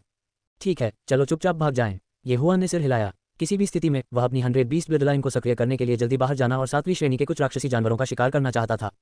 आप छोड़ना चाहते हैं? इतना आसान नहीं। जैसे ही येहुआन की आवाज़ गिरी, अचानक आसमान में तेज आवाज़ सुनाई दी। येहुआन ने अपना सिर घुमाया और ये झांग और 4 बुजुर्गों को एजेंडियों के एक समूह का नेतृत्व करते हुए देखा। ये खत्म हो गया, ये खत्म हो गया। यह मिलियन गोल्ड सिटी के कमांडर लियू हैं। मैं अब नहीं जा सकता। वो मेरे लिए भागना आसान नहीं था। जू किंग, जो येहुआन के पीछे छिपा हुआ था, रोते हुए चेहरे के साथ बुदबुदाया। येहुआन भी थोड़ा असहाय था। इस मामले का उनसे कुछ लेना देना था, इसलिए वह पीछे नहीं हट सके। येहुआन, यह मिलियन गोल्ड सिटी का कमांडर लियू है, ये झांग ने पेश किया। कोई ज़रूरत नहीं, मैं यहाँ केवल उसे वापस लाने के लिए आया हूँ। कमांडर लियू ने येहुआन पर नजर डाली। उन्हें वास्तव में बाद में कोई दिलचस्पी नहीं थी। आखिर वह एक छोटे से गांव का वंशज ही तो था। अपनी बात खत्म करने के बाद उनकी नज़र जू किंग पर पड़ी। मिस जू, आप चुपचाप बाहर निकली और सिटी लॉर्ड को क्रोधित कर दिया। जल्दी से मेरे साथ वापस आओ। नहीं, मेरे पिता को इसे स्वयं निपटाने दो। जू किंग, जो येहुआन के पीछे छिपा हुआ था, ने जवाब दिया। बकवास, उसे पकड़ लो। कमांडर लियू भी एक ऐसे व्यक्ति थे जिन्होंने तेजी से काम किया। उन्होंने कोई समय बर्बाद नहीं किया और सीधे आदेश दिया। तुरंत 10,000 सोने के शहर से 2 गार्ड चले गए। हालांकि जैसे ही वे पास आए, उन्हें उसी समय मुक्का मारा गया और वापस गिरा दिया गया। येहुआन, तुम क्या कर रहे हो? ये झांग, जो किनारे पर खड़ा था, चौंक गया। जब येहुआन जू किंग को दूर ले जाने की कोशिश कर रहे थे तो उन्होंने कोई कदम क्यों उठाया? किंग छोड़ना नहीं चाहता, कृपया वापस जाओ। येहुआन उसी स्थान पर खड़ा हुआ और धीरे से बोला। अप्रिय, तुम कौन हो? मेरी धंधे में दखल देने की हिम्मत कैसे हुई? कमांडर लियू ने डांटा और दोनों गार्डों को आगे बढ़ने का संकेत दिया। धमाका, अच्छा लड़का, तुम सचमुच साहसी हो। उसे पकड़ो। कमांडर लियू की आंखें चौड़ी हो गईं। इसके तुरंत बाद उसके पीछे के 4 गार्ड भी बाहर चले गए। मार्शल पद के छठे चरण में कुल 6 गार्ड थे और उनमें से प्रत्येक एक मार्शल कलाकार था। इसके अलावा वे सभी युद्ध में अनुभवी थे। वे मार्शल पद के 7वें चरण में एक मार्शल कलाकार से निपटने के लिए पर्याप्त से अधिक थे। 1 मिनट रुको। ये झांग भी जल्दी से बाहर चले गए और कहा, कमांडर लियू, क्या कोई गलतफहमी है? गलतफहमी? क्या तुमने मेरे लोगों पर हमला करने की हिम्मत की? आपका ये परिवार काफी साहसी है। उसे पकड़ लो। कमांडर लियू को ये झांग की बिल्कुल भी परवाह नहीं थी। आदेश सुनने के बाद 6 गार्ड एक ही समय में येहुआन की ओर दौड़े। येहुआन भी लड़ाई के लिए तैयार था। उन्होंने जू किंग को थोड़ा पीछे हटने के लिए कहा और फिर खुद आगे बढ़ गए। अगर बाघ अपनी ताकत नहीं दिखाता है तो आप सोचेंगे कि मैं एक बीमार बिल्ली हूँ। येहुआन जोर से चिल्लाया और उसकी आभा बढ़ गई। मार्शल पद के छठे चरण में ये केवल 6 मार्शल कलाकार थे। वह उन्हें 10 सेकंड से भी कम समय में हरा सकता था। निश्चित रूप से 10 सेकंड से भी कम समय में 6 मार्शल कलाकारों को येहुआन द्वारा उड़ान भरने के लिए भेजा गया था। उनमें से 2 मध्य चरण छठे चरण के मार्शल कलाकार भी थे। इस बार कमांडर लियू को अंततः स्थानांतरित कर दिया गया। उसने आश्चर्य से कहा, असंभव, ये सिर्फ एक लड़का है। वह उन 6 का मुकाबला कैसे नहीं कर सकता? ये कमांडर लियू येहुआन मार्शल पद के मध्य चरण के 7वें चरण में है। ये झांग ने फिर कहा। वास्तव में वह कमांडर लियू से भी बहुत असंतुष्ट था। आखिरकार ये लियान्यून शहर और ये परिवार था। कमांडर लियू येहुआन को कैसे पकड़ना चाह सकते हैं? क्या मार्शल पद के मध्य चरण का 7वां चरण? यह असंभव है। कमांडर लियू हैरान थे। उन्होंने सुना कि ये परिवार लियान्यून शहर के 4 महान परिवारों में से केवल एक था। हालांकि ऐसा परिवार अधिक से अधिक मिलियन गोल्ड सिटी में दूसरे दर्जे का परिवार होगा या तीसरे दर्जे का परिवार भी होगा। किसी को ये जानना होगा कि मिलियन गोल्ड सिटी में प्रथम श्रेणी के सभी परिवारों में मार्शल पद के 8वें चरण में मार्शल कलाकार थे। कमांडर लियू ने येहुआन का आकार लिया और उसके दिल में अनुमान लगाया, ये बच्चा शायद काफी बुरा है। बस वो जवान नजर आता है। हे, अपने दायरे को बढ़ाने के लिए गोलियों का उपयोग केवल निम्न स्तरीय योद्धाओं से ही निपट सकता है। चूहा, तुमने मेरे लोगों को घायल करने की हिम्मत की। तुम्हारी हिम्मत कैसे हुई? मैं तुम्हें पकड़ लूंगा और तुम्हें सिटी लॉर्ड द्वारा न्याय किए जाने के लिए 1000 गोल्ड सिटी में वापस लाऊंगा। इससे पहले कि कमांडर लियू अपनी सजा पूरी कर पाता, वह आगे बढ़ गया और येहुआन को अपने हाथों से पकड़ने की तैयारी करने लगा। अच्छा नहीं, ये झांग और ये परिवार के 4 बुजुर्गों के भाव बदल गए और वे एक कदम उठाने के लिए तैयार हो गए। लेकिन इस समय येहुआन ने अचानक एक गोली निकाली और उसे निगल लिया। उसी समय वह चिल्लाया, मैं इसे स्वयं करूंगा। जब वह पहली बार कमांडर लियू से मिले तो जू किंग ने उन्हें बताया था कि कमांडर लियू मार्शल पद के 7वें चरण के चरम पर थे। येहुआन मार्शल पद के मध्य 7वें चरण में था। यदि वह विस्फोटक आत्मा की गोली खा लेता तो वह मार्शल पद के 7वें चरण के चरम पर होता। वह कमांडर लियू से कमजोर नहीं होगा। चूहा, तुमने मेरे लोगों पर हमला करने की हिम्मत की। थक गए होंगे तुम जीते जी। भागते समय कमांडर लियू ने शाप दिया। लड़ना है तो लड़ो। क्या आप बकवास काट सकते हैं? येहुआन थोड़ा अधीर था। दोनों आंकड़े तुरंत संपर्क में आ गए। अब जब वे दोनों मार्शल पद के 7वें चरण के चरम पर थे तो यह उनकी मार्शल आर्ट और युद्ध के अनुभव पर निर्भर करेगा। हालांकि ये हुआन को उम्र के मामले में कोई फायदा नहीं था, लेकिन डिवोरिंग सिस्टम में बेची जाने वाली मार्शल आर्ट सभी मार्शल आर्ट थी जो अभी तक बाजार में नहीं आई थी। इसके अलावा वे सभी एक ही ग्रेड की सामान्य मार्शल आर्ट से कहीं बेहतर थे। अब जब युआन के पास कई ग्रेड 7 मार्शल आर्ट थे तो उसने सीधे कमांडर लियू का सामना किया। आकाश बिखरने वाली मुट्ठी। कमांडर लियू चिल्लाए और बिना किसी हिचकिचाहट के सीधे ग्रेड 7 मार्शल आर्ट का इस्तेमाल किया। हे मेरी फ्रॉस्ट फिस्ट देखो। युआन भी एक नवजात बछड़ा था जो बाघों से नहीं डरता था, इसलिए उसने सीधे मुक्का मारा। दो आध्यात्मिक ऊर्जाएं टकरा गईं। युआन थोड़ा नुकसान में था, लेकिन मार्शल आर्ट के मामले में frost fist sky shattering fist से कहीं अधिक मजबूत था। जैसे ही शॉकवेव बुझी, कमांडर लियू के हाथ में एक विशेष ऊर्जा फैल गई। काचा, एक तीखी आवाज आई और कमांडर लियू सदमे में पीछे हट गए। उसने पाया कि उसकी दाहिनी मुट्ठी थोड़ी कठोर थी और कुछ बर्फ के क्रिस्टल पहले से ही बाहर की तरफ संघनित हो चुके थे। एक ग्रेड 7 मार्शल आर्ट। वास्तव में इस ग्रामीण इलाके में स्काई शैटरिंग फिस्ट से भी अधिक मजबूत ग्रेड 7 मार्शल आर्ट है।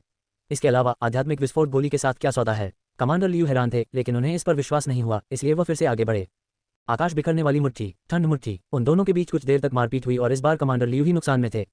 ये किस प्रकार की मुट्ठी तकनीक है? ये वास्तव में एक ठंड प्रभाव है। इस मार्शल आर्ट की कीमत कम से कम 20 मिलियन टन चांदी है। कमांडर लियू फिर से चौंक गए। हालांकि उनकी sky shattering fist city lord द्वारा सिखाई गई थी, फिर भी सोने के शहर में इसकी लागत 10 मिलियन टन से अधिक चांदी होगी।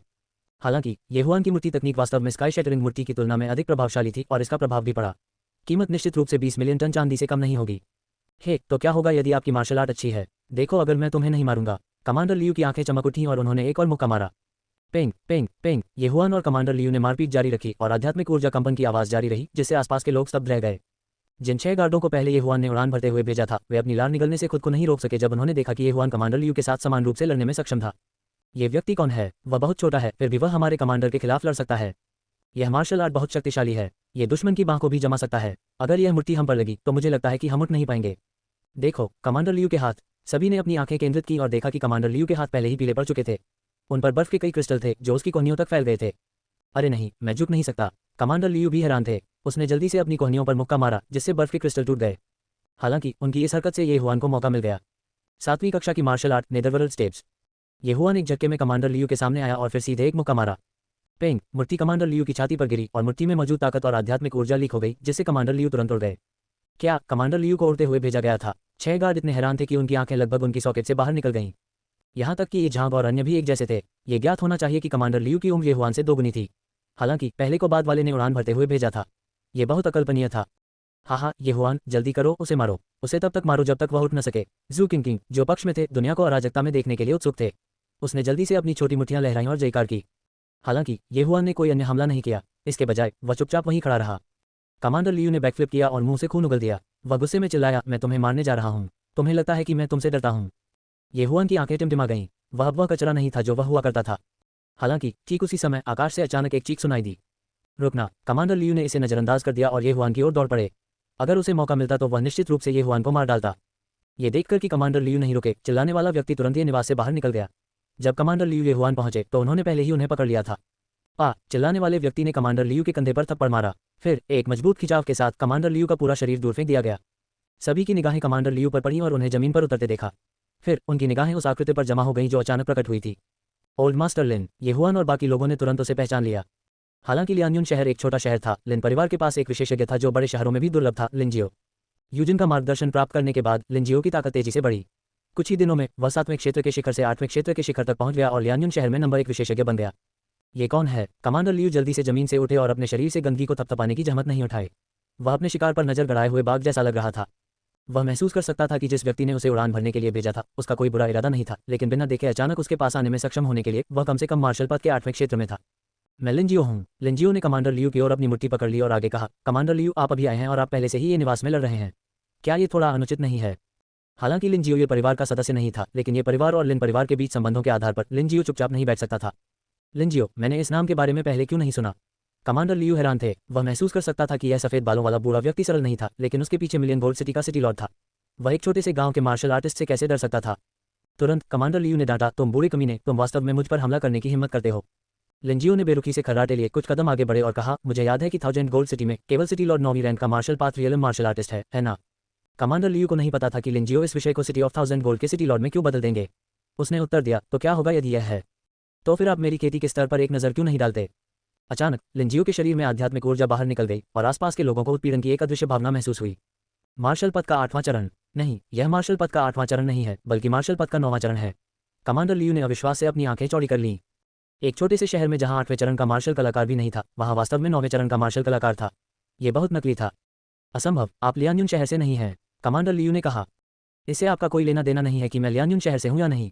हालांकि यदि आप अत्याचारपूर्ण व्यवहार जारी रखना चाहते हैं तो आपको पहले मेरे पास से गुजरना होगा। लिंजियो ने धीरे धीरे बोलते हुए अपनी आंखें सिकोड़ लीं।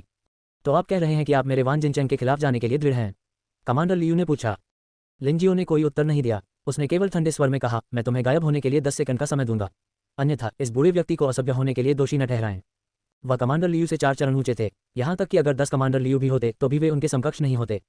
अच्छा, बहुत अच्छा, लियानयुन शहर, आइए प्रतीक्षा करें और देखें, कमांडर लियू ने गुस्से में कहा। उसने ये हुआन को घूरकर देखा जैसे कह रहा हो, तुम लड़के बस तुम रुको, मेरे हाथ में मत आना, अन्यथा मैं तुम्हें मार डालूंगा। फिर वह 6 गार्डों के साथ ये निवास से चला गया। 9वें चरण का मार्शल कलाकार, उससे निपटने के लिए शायद 8वें चरण के मार्शल कलाकारों की एक बहुत ले जाएगा। उसे हजारों सोने के शहर में वापस रिपोर्ट करना पड़ा। कमांडर लियू और अन्य लोगों के चले जाने के बाद ये झांग और अन्य लोग उनका स्वागत करने के लिए आगे आए। पुराने मास्टर लिन को आगे बढ़ने के लिए बधाई। हाँ, धन्यवाद। यह अफसोस की बात है कि मैंने उस ऊर्जा का बहुत अधिक उपयोग कर लिया जो वरिष्ठ ने मेरे शरीर में छोड़ी थी। लिंजियो ने अपनी दाढ़ी को सहलाया और कहा। अब हर कोई समझ गया कि लिंजियो इतनी जल्दी क्यों टूट गया। ऐसा इसलिए था क्योंकि इसका युवान संप्रदाय रक्षक ने अपने शरीर में कुछ ऊर्जा छोड़ दी थी। इससे पहले कि कोई बोल पाता, लिंजियो ने कहा, यह अफसोस की बात है कि वरिष्ठ ने कहा कि वह इस क्षेत्र में संतुलन नहीं तोड़ना चाहते, इसलिए वह केवल मेरी इतनी मदद कर सकता था। हालांकि चिंता न करें, मेरे साथ हजारों सोने के शहर को भी अपना वजन स्वयं तोलना होगा। उद्धरण चिन्ह। हाँ, ओल्ड मास्टर लिन के साथ लियान्युन शहर जल्द ही बड़े शहरों की श्रेणी में शामिल होने में सक्षम होगा। ये झांग और अन्य लोग मुस्कुराए। इस समय लिंजियो ने अचानक अपना सिर घुमाया और कहा, ये हुआन, तुम शैटरिंग क्लाउड संप्रदाय में कब जाने की योजना बना रहे हो? शायद हम आज निकल जाएंगे, ये हुआन ने उत्तर दिया। वास्तव में वह नए साल के बाद बिखरने वाले बादल संप्रदाय में जा सकता था। हालांकि अगर वह कुछ महीने पहले गए तो कोई समस्या नहीं होगी। किसी को ये जानना होगा कि उसकी वर्तमान खेती उस समय से कहीं आगे निकल गई है। अपनी योग्यता के साथ चाहे वह कहीं भी जाए, वह निश्चित रूप से उच्च मान में होगा। ये ठीक है, जब आप बिखरते बादल संप्रदाय में प्रवेश करते हैं, जब तक आप बड़ों द्वारा चुने जाते हैं, आपकी ताकत तेजी से बढ़ेगी। इसके अलावा मैं अब लियान्युन शहर का प्रभारी हूँ, आप चिंता के बिना जा सकते हैं। लिंजियो ने सिर हिलाया। फिर वह ये झांग और अन्य लोगों के साथ बैठक के लिए रवाना हो गए। ये हुआन और अन्य लोग भी अपने निवास पर लौट आए और अपना सामान पैक करना शुरू कर दिया। ये हुआन की नौकरानी के रूप में लियूए ने भी उसे अपना सामान पैक करने में मदद करना शुरू कर दिया। अब जब ये हुआन के पास खाने की जगह थी तो उसके लिए बाहर जाना बहुत सुविधाजनक था। उसे बस इतना करना था कि उसे जो कुछ भी चाहिए उसे भक्षण स्थान में भर देना था। युवा मास्टर, आपको भविष्य में अधिक बार वापस आना होगा। जब वे जाने वाले थे तो लियू ने लाल आंखों से कहा। वह केवल एक साधारण व्यक्ति थी, मार्शल आर्टिस्ट नहीं, इसलिए वह बिखरते बादल संप्रदाय तक उसका पीछा नहीं कर सकी। एंड मैं जल्द ही वापस आऊंगा, कौन जानता है, मैं भी नए साल के लिए वापस आने के लिए सक्षम हो सकता है। ये हुआन ने सिर हिलाया और लियू एर के बालों को सहलाया। ये कबीले में बच्चे 10 साल की उम्र में मार्शल आर्ट का अभ्यास कर सकते थे। लियू एर भी उस उम्र में पहुंच गई थी जहां वह मार्शल आर्ट का अभ्यास कर सकती थी। हालांकि उसे इसमें ज्यादा दिलचस्पी नहीं थी। ये हुआन मूल रूप से लियू को उसकी ताकत बढ़ाने में मदद करने के लिए कुछ गोलियां लेना चाहती थी। हालांकि उसके लिए इस तरह खेती करना अच्छा नहीं था, लेकिन कम से कम उसमें खुद को बचाने की क्षमता तो होगी। हालांकि ये हुआन के पास अब पर्याप्त धन नहीं था, इसलिए उन्होंने पहले इस मामले को ठंडे बस्ते में डाल दिया। जब भविष्य में उसके पास पैसा होगा तो वह सीधे लियू को एक सुपर जीनियस में बदल देगा। किसी को ये जानना होगा कि डिवोरिंग स्पेस में कई कीमती गोलियां थी जिन्हें बाहर नहीं खरीदा जा सकता था। उस दोपहर ये हुआन और जू किंग ने लियान्युन शहर छोड़ दिया और बिखरते बादल संप्रदाय की ओर दौड़ पड़े। ये हुआन, अपने साधना स्तर के साथ मैं केवल एक साधारण शिष्य ही बन सकता हूँ। आपको एक बुजुर्ग द्वारा शिष्य के रूप में स्वीकार किया जा सकता है। बिखरते बादल संप्रदाय में प्रवेश करने के बाद आपको मेरी रक्षा करनी होगी। रास्ते में जू किंग पूछने से खुद को नहीं रोक सका। कोई बात नहीं, कौन जानता है, मुझे संप्रदाय गुरु द्वारा एक शिष्य के रूप में भी स्वीकार किया जा सकता है। शैटरिंग क्लाउड संप्रदाय दक्षिण वन काउंटी में काफी प्रभावशाली था। संप्रदाय मास्टर की कुल संपत्ति निश्चित रूप से कम नहीं थी। जब तक उसके पास पैसा था, ये हुआन असीमित सफलताएं हासिल कर सकता था और एक शक्तिशाली समर्थक ढूंढ सकता था। वह ये हुआन की योजना थी। हालांकि इससे पहले कि उसे कोई समर्थक मिलता, ये हुआन दूसरों को इसका लालच करने से रोकने के लिए अपनी खाने की क्षमता का खुलासा नहीं कर सका। हालांकि वह सीधे बिखरते बादल संप्रदाय के लिए नहीं निकले। वह शैटरिंग क्लाउड संप्रदाय में जाने से पहले 100 बीस्ट्स विद को व्यवस्थित करना चाहता था। लियान्युन शहर बिखरते बादल संप्रदाय से काफी दूरी पर था। वहां पहुंचने में 10 दिन से लेकर आधा महीना लग जाता था। संयोग से प्रशिक्षण के लिए एक अच्छी जगह थी, लियान्युन की 18 पर्वत श्रृंखलाएं। ये हुआन, क्या आप लियान्युन की 18 पर्वत श्रृंखलाओं का शॉर्टकट लेने के बारे में सोच रहे हैं? जू किंग पूछने से खुद को नहीं रोक सका। ये सही है, ये हुआन ने अपना सिर हिलाया। उसे अभी भी 99 प्रकार के राक्षसी जानवरों के रक्तसार की आवश्यकता थी। लियान्युन की 18 पर्वत श्रृंखलाएं उनकी पहली पसंद थीं। लियान्युन की 18 पर्वत श्रृंखलाओं में 10वीं पर्वत श्रृंखला से 7वीं श्रेणी के राक्षसी जानवर दिखाई देंगे। 16वीं पर्वत श्रृंखला में 9वीं श्रेणी के राक्षसी जानवर थे। हालांकि ये हुआन की योजना कुछ समय के लिए 10वीं पर्वत श्रृंखला के आसपास प्रशिक्षण लेने की थी। फिर वह 9वीं पर्वत श्रृंखला से होकर निकल जाएगा और बिखरते बादल संप्रदाय की ओर भाग जाएगा। लेकिन मैं मार्शल पद के केवल मध्य चौथी रैंक पर हूँ। क्या तुम्हें डर नहीं है कि मैं तुम्हें नीचे खींच लूंगा और हम एक साथ मर जाएंगे? जू किंग थोड़ा चिंतित थे। अगर हम वास्तव में खतरे का सामना करते हैं तो हम सिर्फ मंदारिन बत्तखों की एक जोड़ी बन जाएंगे। ये हुआन हंसे। ये केवल 7वीं श्रेणी का राक्षसी जानवर था, वह अभी भी इसे संभाल सकता था। आखिरकार उसके पास बर्स्टिंग स्पिरिचुअल पिल के बदले में अभी भी कुछ भक्षण बिंदु थे। इसके अलावा जब तक उसके पास 100 बीस्ट्स ब्लडलाइन है, वह निश्चित रूप से उच्च रैंक के लोगों को चुनौती देने में सक्षम होगा। इसके बारे में सोचते हुए मार्शल पाथ की मध्य 7वीं रैंक के रूप में वह एक शीर्ष 7वीं रैंक के मार्शल कलाकार को हराने में सक्षम होगा। वह कितना भयानक होगा। हम तुम्हारे साथ मंदारिन बत्तख कौन बनना चाहता है? ज़ू क्विंगटिंग ने अपनी नाक सिकोड़ ली। हालांकि उसका दिमाग भी विचारों से भरा हुआ था। यदि ये हुआन के पिता ने उसे अस्वीकार नहीं किया होता तो संभवतः अभी उसकी ये हुआन से सगाई हो गई होती। लियान्यून की 18 पर्वत श्रृंखलाओं में प्रवेश करना ये हुआन की योजना का हिस्सा था। हालांकि ज़ू क्विंगटिंग की ताकत के मुद्दे के कारण ये हुआन ने उसे अनुसरण करने की अनुमति नहीं दी। इसके बजाय उसने उसके लिए लियान्यून की 18 पर्वत श्रृंखलाओं के बाहर एक छोटे से शहर में रहने की व्यवस्था की। जहां तक ये हुआन का सवाल है, उसने अकेले लियान्यून की 18 पर्वत श्रृंखलाओं में प्रवेश किया। 2 दिन से भी कम समय में वह लियान्यून की 10वीं पर्वत श्रृंखला पर पहुंचे। यहीं से 7वें दर्जे के राक्षसी जानवर प्रकट होंगे। 9 प्रकार के 7वीं श्रेणी के राक्षसी जानवरों के रक्तसार यह कोई आसान काम नहीं है। इसे भूल जाओ, चलो ये करते हैं। ये हुआन ने गहरी सांस ली। द 100 बीस्ट्स ब्लडलाइन को 7वीं कक्षा और उससे ऊपर के 100 प्रकार के राक्षसी जानवरों के रक्तसार की आवश्यकता थी। हालांकि लियान्यून की 18 पर्वत श्रृंखलाओं में बहुत सारे राक्षसी जानवर थे, लेकिन केवल इतने ही प्रकार के राक्षसी जानवर थे। ये हुआन को नहीं पता था कि वह 100 प्रकार के राक्षसी जानवरों को इकट्ठा कर सकता है या नहीं। यदि वह वास्तव में नहीं कर सका तो उसे उन्हें खरीदना होगा। हालांकि उन्हें खरीदना इतना आसान नहीं होगा, क्योंकि अधिकांश लोग केवल राक्षसी जानवरों से सामग्री लेते हैं और शायद ही कभी रक्तसार एकत्र करते हैं। गोलियों को परिष्कृत करने के लिए केवल थोड़ी मात्रा में राक्षसी जानवरों के रक्तसार का उपयोग किया जा सकता है। ऐसे ही ये हुआन ने शिकार की अपनी लंबी यात्रा शुरू की। पलक झपकते ही 7 दिन बीत चुके थे। इन 7 दिनों में ये हुआन ने सैकड़ों राक्षसी जानवरों का शिकार किया था। हालांकि उनमें से अधिकांश 6ठी श्रेणी और उससे नीचे के थे। वहाँ केवल 20 या उससे अधिक राक्षसी जानवर थे जो 7वीं श्रेणी के थे, और उनमें से कुछ डुप्लीकेट थे। 100 बीस्ट्स ब्लड एसेंस स्लॉट को देखते हुए ये हुआन थोड़ा असहाय महसूस कर रहा था। इस दर पर उसे डर था कि इसे भरने में लंबा समय लगेगा। वह अब थोड़ा हिचकिचा रहा था। मेरे पास अब केवल 22 प्रकार के 100 जानवर रक्तसार हैं। मुझे अभी 78 चाहिए। ये बहुत धीमा है। मैं किसी बड़े शहर में जाकर मार्शल आर्ट भी बेच सकता हूँ। तब मुझे एक खरीदने के लिए 100 भक्षण बिंदु मिल सकते हैं। ये हुआन को चिंता होने लगी, लेकिन पिछले कुछ दिनों में उसने सैकड़ों राक्षसी जानवरों का शिकार किया और उसमें काफी सुधार हुआ। उन्होंने अनुमान लगाया कि यदि वह 2 महीने तक यहाँ रहे तो वह मार्शल दाव के 7वें स्तर के शिखर तक पहुंचने में सक्षम हो सकते हैं। थोड़ी देर सोचने के बाद उसने आखिरकार गहराई में जाने का फैसला किया। शायद उसका सामना 7वीं श्रेणी के और भी राक्षसी जानवरों से होगा। इस समय वह 12वीं पर्वत श्रृंखला में था। यदि वह गहराई में जाता तो वह 13वीं पर्वत श्रृंखला तक पहुंच जाता, जहां 8वीं श्रेणी के राक्षसी जानवर दिखाई देते। कुछ भी जोखिम नहीं उठाया, कुछ भी हासिल नहीं किया। हालांकि यह अधिक खतरनाक था, फिर भी वह 8वीं श्रेणी के सामान्य राक्षसी जानवरों से बच सकता था। तुरंत ये हुआन आगे बढ़ गया। 8वीं श्रेणी का राक्षसी जानवर 8वीं श्रेणी के मार्शल कलाकार के बराबर था। हालांकि राक्षसी जानवरों और मनुष्यों के बीच सबसे बड़ा अंतर यह था कि वे आमतौर पर आमने सामने लड़ते थे। आम लोगों के लिए इससे निपटना एक कठिन बात थी। हालांकि ये हुआन एक बहुप्रजाति मार्शल कलाकार थे। तलवार और मुट्ठी की तकनीक के अलावा उनके पास धनुष और तीर भी थे। जब तक उसने पहल की, वह अपनी मध्य 7वीं श्रेणी की खेती से 8वीं श्रेणी के राक्षसी जानवरों से निपटने में सक्षम हो सकता है। वह नहीं जानता था कि वह बदकिस्मत है या भाग्यशाली। वह भी अभी 13वीं पर्वत श्रृंखला में प्रवेश कर चुका था और उसका सामना पहले ही 8वीं श्रेणी के राक्षसी जानवर से हो चुका था। सेबर दांतेदार बाघ। इसमें असाधारण ताकत है। इसके नुकीले नुकीले दांत किसी व्यक्ति के शरीर में छेद कर सकते हैं। ये हुआन ने अपने सामने पीले बाघ को देखा जो एक राक्षसी जानवर की लाश खा रहा था और मन ही मन सोचा। सौभाग्य से बाघ खाने पर केंद्रित था और उसने ये हुआन पर ध्यान नहीं दिया। ये कृपाण दांतेदार बाघ एक निम्न स्तरीय 8वीं श्रेणी का राक्षसी जानवर है। जब तक मैं दूरी बनाए रखता हूं तब तक कोई समस्या नहीं होनी चाहिए, ये हुआन ने मन में सोचा। वह चुपचाप बाघ के पास जाने लगा। जब वह उससे केवल 100 मीटर की दूरी पर था तो उसने अचानक अपना धनुष खींच लिया। पूर्वव्यापी हड़ताल। शियू शियू शियू। तीरों की एक श्रृंखला बाहर निकली और कृपाण दांतेदार बाघ की ओर चली गई। 8वीं श्रेणी का राक्षसी जानवर अभी भी खा रहा था और उसे उम्मीद नहीं थी कि कोई उस पर छीटाकशी करेगा। सीधे 6 बाण लगे थे। हालांकि 8वीं श्रेणी के राक्षसी जानवरों की त्वचा सख्त और मोटा मांस था। इसके अलावा कैओटिक स्टार एरो बहुत मजबूत नहीं था, मात्रा में श्रेष्ठ था। कृपाण दांतेदार बाघ ने दहाड़ लगाई और ये हुआन की ओर भागने के लिए अपना सिर घुमाया। Chaotic star arrow. इससे पहले कि कृपाण दांतेदार बाघ ये हुआन तक पहुंच पाता, अनगिनत तीरों ने उसे छलनी में बदल दिया। पूरी जमीन पर खून के छींटे। एओ। कृपाण दांतेदार बाघ ने ये हुआन के हमलों का सामना करने के लिए अपनी मजबूत जीवन शक्ति पर भरोसा किया और उसके सामने दौड़ पड़ा। फिर वह झपटा और उसके नुकीले दांत, जो ये हुआन की भुजाओं से भी लंबे थे, सूरज की रोशनी में चमक रहे थे। ऐसा लग रहा था जैसे वह ये हुआन के सिर में छेद करना चाहता था। बड़े राक्षसी जानवरों को मारना कठिन होता है, गुरिल्ला युद्ध का उपयोग करना बेहतर है। ये हुआन ने भागने के लिए तुरंत 7वीं कक्षा की मूवमेंट तकनीक नेदर स्टेप्स का इस्तेमाल किया और फिर अपने धनुष से गोली चलाना जारी रखा। हालांकि कृपाण दांतेदार बाघ 8वीं श्रेणी का राक्षसी जानवर था, फिर भी इसकी पार्श्विक प्रकृति हावी थी और इसमें उच्च बुद्धि नहीं थी। इसने ये हुआन के हमलों का विरोध करना जारी रखा और आगे बढ़ गया। ये हुआन पीछे हटता रहा और हमला करता रहा। कृपाण दांतेदार बाघ उसका कुछ नहीं कर सका। आधे मिनट से भी कम समय में कृपाण दांतेदार बाघ पहले से ही खून से लथपथ था और इसकी गति स्पष्ट रूप से कम हो गई थी। अगले आधे मिनट के बाद अंततः ये हुआन ने इसे इतना थका दिया कि यह लगभग मरने ही वाला था। प्लॉप। एक रैंक 8 राक्षसी जानवर वास्तव में एक रैंक 8 राक्षसी जानवर था। इसकी जीवन शक्ति वास्तव में दृढ़ थी। इस कृपाण दांतेदार बाघ को मारने के लिए ये हुआन ने अपनी सारी आध्यात्मिक ऊर्जा लगभग खत्म कर दी थी। ये हुआन ने तुरंत 2 अमृत निकाले और उन्हें निगल लिया। ये स्पिरिट रिकवरी अमृत थे जिन्हें खरीदने के लिए उन्होंने कुछ भक्षण बिंदु खर्च किए थे। एक बोतल में 20 अमृत थे। उसकी आध्यात्मिक ऊर्जा को पूरी तरह से भरने के लिए 2 अमृत पर्याप्त थे। सीधे शब्दों में कहें तो एक अमृत की कीमत 50,000 टन चांदी थी। मुझे देखने दो कि इस रैंक 8 राक्षसी जानवर का मूल्य कितना है। ये हुआन की तलवार कृपाण दांतेदार बाघ की आंखों में घुस गई, जिससे मरते हुए कृपाण दांतेदार बाघ की मौत हो गई। फिर येहुआन बाहर पहुंचा और कृपाण दांतेदार बाघ की लाश को निगल लिया। भक्षण सफल। येहुआन को एहसास हुआ कि रैंक 8 राक्षसी जानवर की लाश की कीमत लगभग 2 लाख टन चांदी थी। हालांकि जब येहुआन ने अपने मन में एक और सूचना सुनी तो उसकी आंखें आश्चर्य से चमक उठी। मेजबान ने ऑब्सीडियन अयस्क पाउडर को सफलतापूर्वक निगल लिया है। ऑब्सीडियन अयस्क? क्या यह ऑब्सीडियन अयस्क नहीं है जिसे मैंने व्हाइट स्केल पायथन के घोंसले में खाया था? येहुआन को याद किया गया।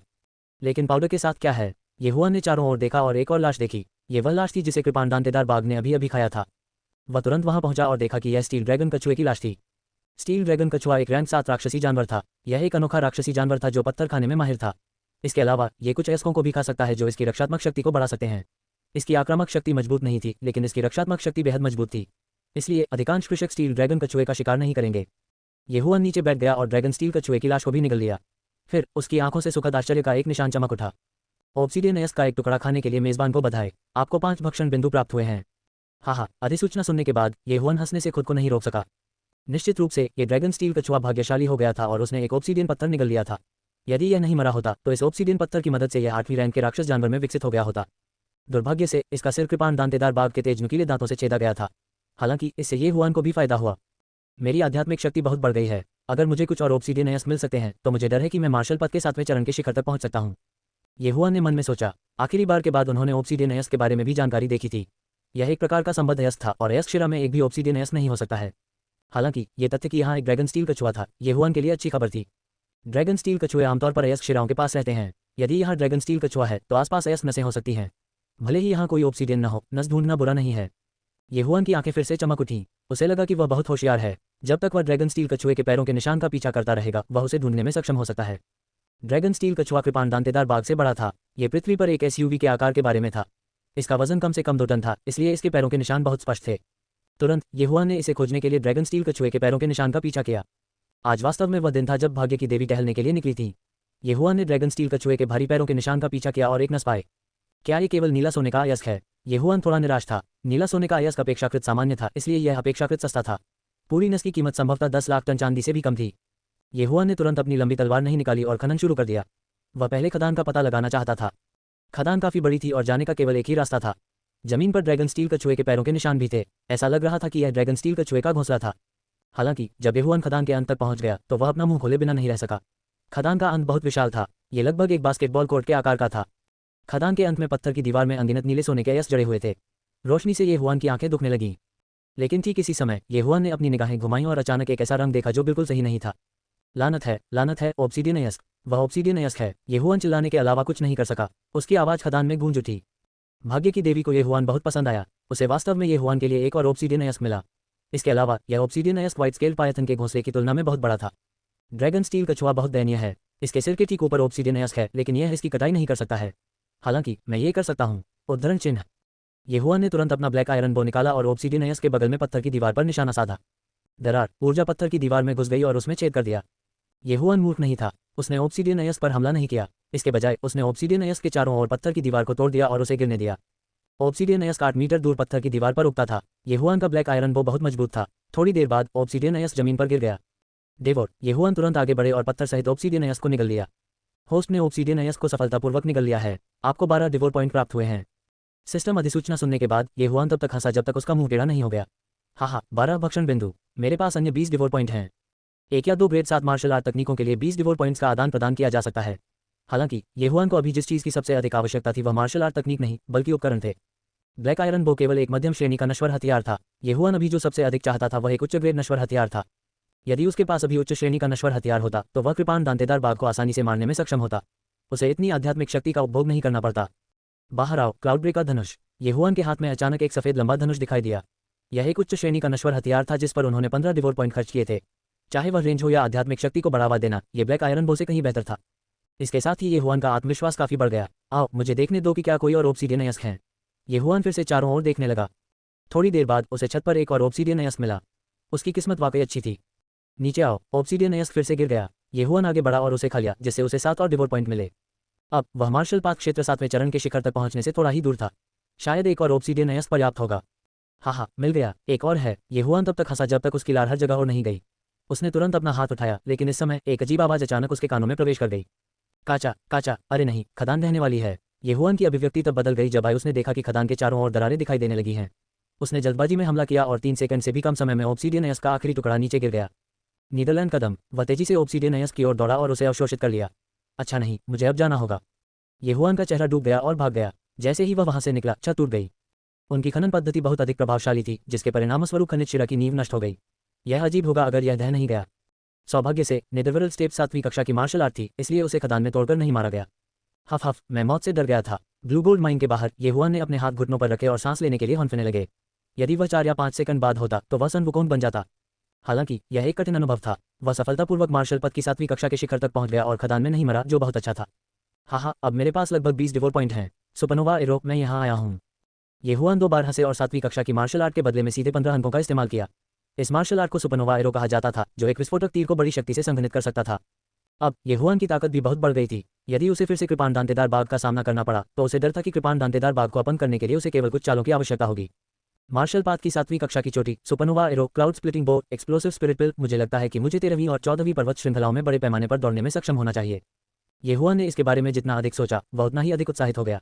वह तुरंत राक्षसों का शिकार करने के लिए बाहर चला गया। उसकी ताकत कई स्तरों तक बढ़ गई थी और उसे एक और कृपाण दांतेदार बाघ का सामना करना पड़ा। निश्चित रूप से 3 से भी कम सुपरनोवा तीरों में इस कृपाण दांतेदार बाघ को काले और नीले रंग में उड़ा दिया गया था। जब चौथा सुपरनोवा एरो उसके शरीर पर गिरा तो वह जमीन पर पक्षाघात की हद तक घायल हो गया और फिर येहुआन ने उसे मार डाला। लियान यून की 13वीं पर्वत श्रृंखला में कुछ राक्षस थे जो पहली 12 पर्वत श्रृंखलाओं में मौजूद नहीं थे। येहुआन के लिए यह अच्छी खबर थी। इतना ही नहीं, 8वीं कक्षा के राक्षसों के विभिन्न प्रकार की एक बड़ी संख्या थी। इन कुछ दिनों में येहुआन ने लगातार राक्षसों का शिकार किया और 100 बीस्ट ब्लड एसेंस स्लॉट भी तेजी से बढ़ गया। 10 दिन बाद जब येहुआन ने हरक्यूलियन किंग कांग ऐप नामक 8वीं कक्षा के राक्षस को खा लिया तो 100 बीस्ट ब्लड एसेंस स्लॉट अंततः 100 तक पहुंच गया। डिंग, मेजबान ने हरक्यूलियन किंग कांग वानर के रक्तसार को सफलतापूर्वक निगल लिया है।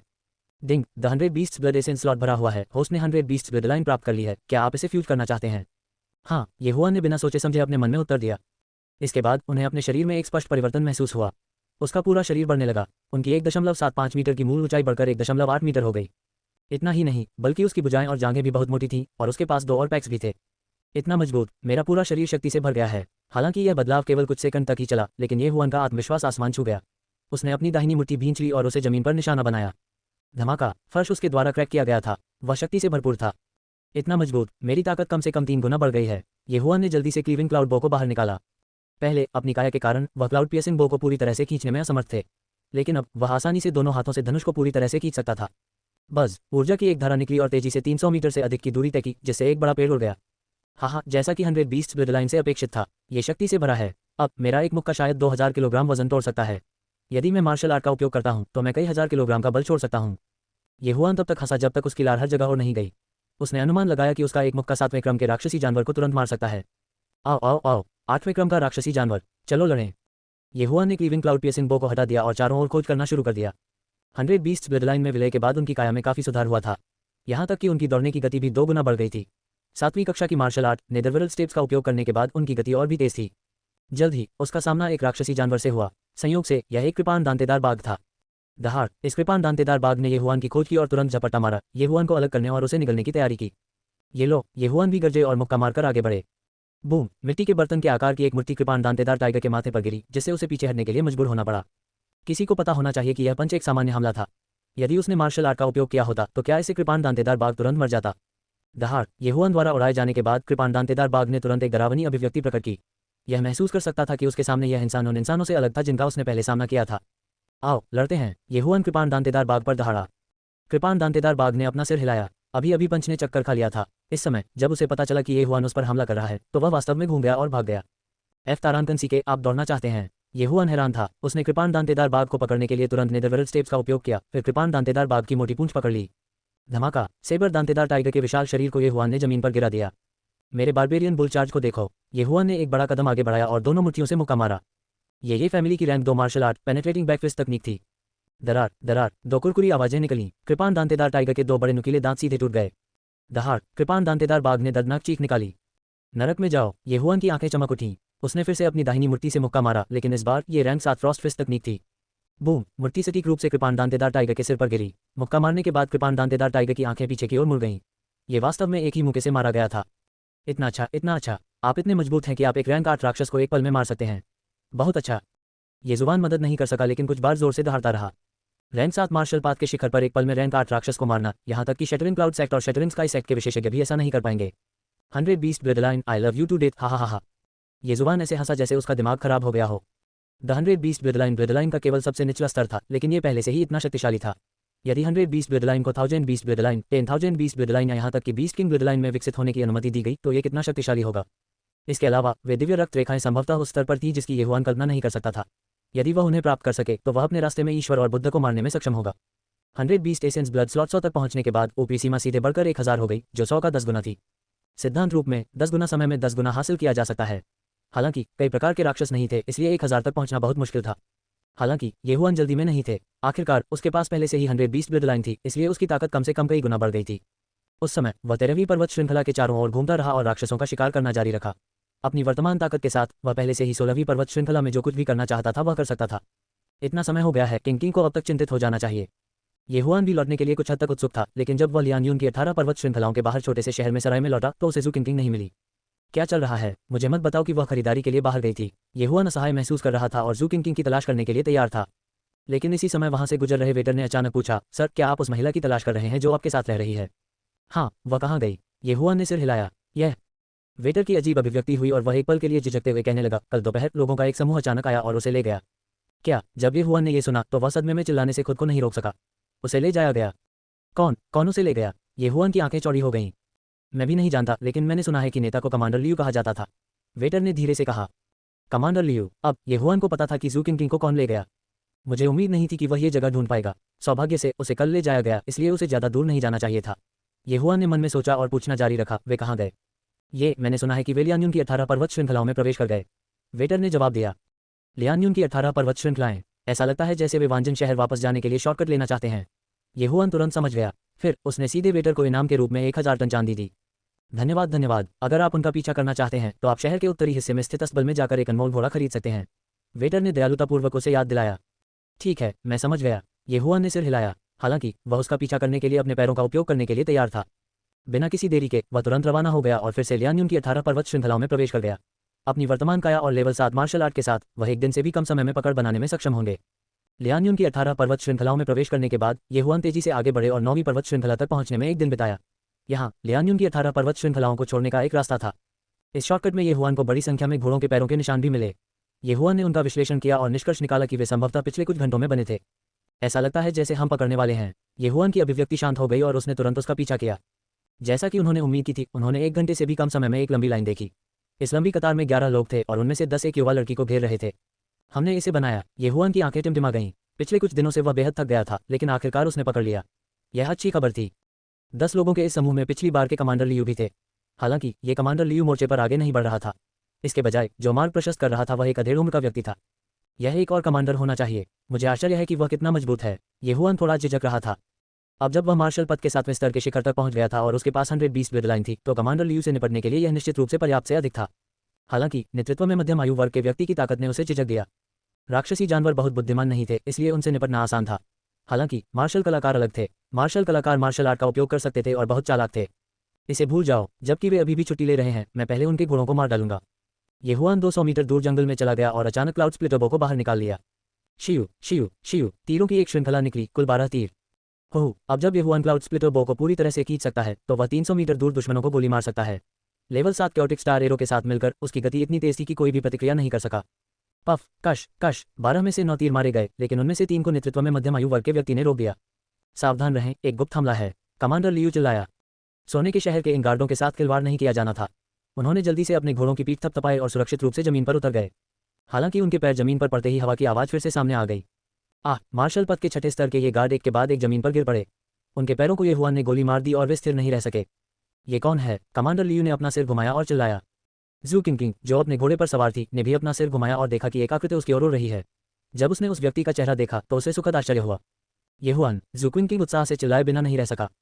उसने सोचा था कि वह इस बार बच नहीं पाएगी, लेकिन उसे उम्मीद नहीं थी कि ये हुआन उसे पकड़ लेगा। हालांकि जब उसे याद आया कि जो व्यक्ति उसे लेने आया था वह मार्शल पद के 8वें स्तर का अभिषेक करता था, तो उसकी अभिव्यक्ति फिर से मंद हो गई। हालांकि ये हुआन मजबूत था, वह केवल कमांडर लियू के खिलाफ ही लड़ सकता था। यदि वह 8वें स्तर के मार्शल आर्टिस्ट के खिलाफ लड़ता तो उसके जीतने की ज्यादा संभावना नहीं होती। कमांडर लियू की मदद से उसे ले जाने की तो बात ही छोड़ दें। जब कमांडर लियू ने ये हुआन नाम सुना तो उन्होंने एक भयावह अभिव्यक्ति प्रकट की और अपने दिल में हंसे। मैं अभी भी सोच रहा था कि तुम्हें कैसे ढूंढूं, लेकिन तुम खुद मेरे पास आए। स्वर्ग मेरी मदद कर रहा है। इस बार मैं देखना चाहता हूं कि आपको कौन बचा सकता है। उसने स्वीकार किया कि पिछली बार वह लापरवाह था। इसके अलावा लिंजियो के रहते हुए उसने कुछ भी करने की हिम्मत नहीं की। हालांकि इस बार उनके पास एक विशेषज्ञ था। ये हुआन अकेले उसका पीछा करके मौत की सजा दे रहा था। उसकी हिम्मत कैसे हुई हमारे घोड़ों को गोली मारने की? कमांडर लियू, जाओ इस लड़के को पकड़ो। लीड में अधेड़ अपने घोड़े पर सवार हुआ और ठिठुर कर बोला। हाँ, कमांडर लियू ने सम्मानपूर्वक सिर हिलाया और फिर पागलों की तरह बाहर निकल गए। जमीन पर मौजूद गार्डों ने चिल्लाना बंद कर दिया और देखने लगे। वे देखना चाहते थे कि कमांडर लियू उनका बदला कैसे लेंगे। हालांकि इसके बाद जो हुआ उसने उन्हें अंदर तक झकझोर कर रख दिया। कमांडर लियू की गति बेहद तेज थी, लेकिन जब कमांडर लियू येहुआन की तरफ दौड़े तो बाद वाले ने केवल एक मुक्का मारा और कमांडर लियू को 10 मीटर से अधिक दूर उड़ गया। ये कैसे संभव हुआ? कमांडर लियू, जो मार्शल पद के 7वें स्तर के चरम पर थे, को एक ही मुक्के से उड़ा दिया गया। इसके अलावा एक कुरकुरा ध्वनि थी। यह उसके हाथ के टूटने की आवाज थी। यह असंभव है। ये लड़का पहले केवल कमांडर लियू से ही लड़ सकता था, वह आज कमांडर लियू को कुछ ही सेकंड में कैसे मार सकता है? क्या मैंने गलत देखा? नहीं, मैं उसे पहचानता हूँ। ये लड़का है। ये लड़का बहुत राक्षसी है। हालांकि यहाँ अभिषेककर्ता युआन के साथ वह मृत मांस है। हाँ, वह मरा हुआ मांस है। नेतृत्व में अधेड़ ने चर्चा सुनी और भौहें सिकोड़ लीं। वह अपने घोड़े से कूद गया और बोला, मिस जू को देखो। कमांडर लियू को उड़ान भरने के बाद ये हुआन भी भाग गया। उसने गुस्से में जू क्विंकिंग की ओर देखा। जू क्विंकिंग की आंखें लाल थीं। जाहिर सी बात थी कि वह यहाँ पूरे रास्ते रोती रही थी। इससे ये हुआन ने अपनी मुठ्ठियां भींच लीं। वह इस अधेड़ को सीधे उड़ाना चाहता था। चूहा, तुम में सचमुच हिम्मत है। क्या आप जानते हैं कि मैं कौन हूँ? अधेड़ के चेहरे पर अकड़ भरी नजर थी।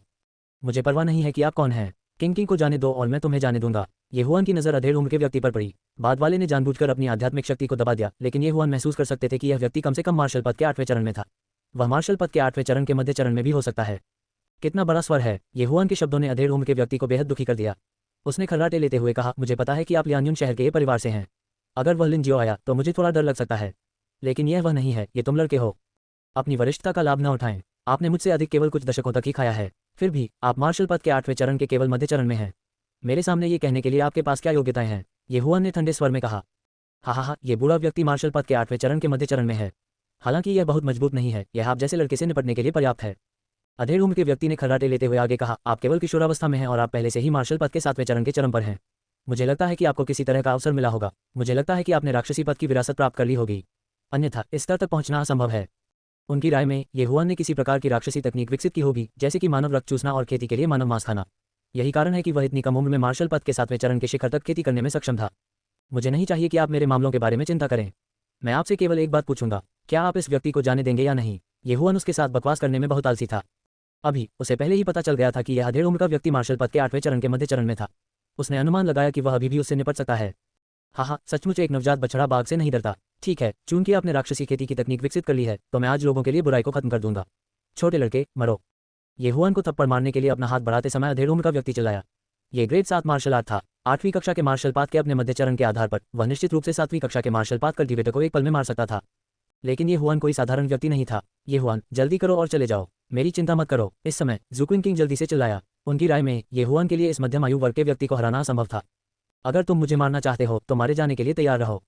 हालांकि ये हुआन ने उसकी बातों को पूरी तरह से नजरअंदाज कर दिया। एक भारी कदम आगे बढ़ाने और हथेली को सीधा करने से पहले उसकी आंखें कई बार टिमटिमाती थीं। धमाका! ये हथेली का प्रहार बहुत शक्तिशाली था, लेकिन ये हुआन की वर्तमान काया आश्चर्यजनक थी। वह बिना पीछे हटे इस हथेली के प्रहार को प्राप्त करने में सक्षम था। ये कैसे संभव है? अधेड़ के होश उड़ गए। जब से उन्होंने इस ग्रेड -7 मार्शल आर्ट की खेती शुरू की, तब से बहुत से लोग इसे आमने सामने प्राप्त नहीं कर पाए। आमतौर पर केवल उच्च स्तर वाले कृषक ही ऐसा कर सकते हैं। हालांकि ये हुआन का स्तर उससे कम था, फिर भी वह इस हथेली के प्रहार को सीधे प्राप्त करने में सक्षम था। इसके अलावा उन्होंने इसे अपने शरीर के साथ सीधे प्राप्त किया। क्या चल रहा था? अधेड़ एक पल के लिए दंग रह गया, लेकिन इस समय ये हुआन ने अचानक एक मुक्का मारा। ठंड मुट्ठी, बूम! अधेड़ की छाती पर मिट्टी के बर्तन के आकार की मुट्ठी गिरी। विशाल बल तुरंत लीक हो गया और लापरवाह अधेड़ उम्र के व्यक्ति को सीधे उड़ा दिया, जिससे वह लगातार पीछे हट गया। जब तक तुम नीचे हो, मैं तुम्हारी जान ले लूंगा। ये हुआन ने दर्द सहा और हमले का पीछा किया। उसने एक बड़ा कदम आगे बढ़ाया और एक और मुक्का मार दिया।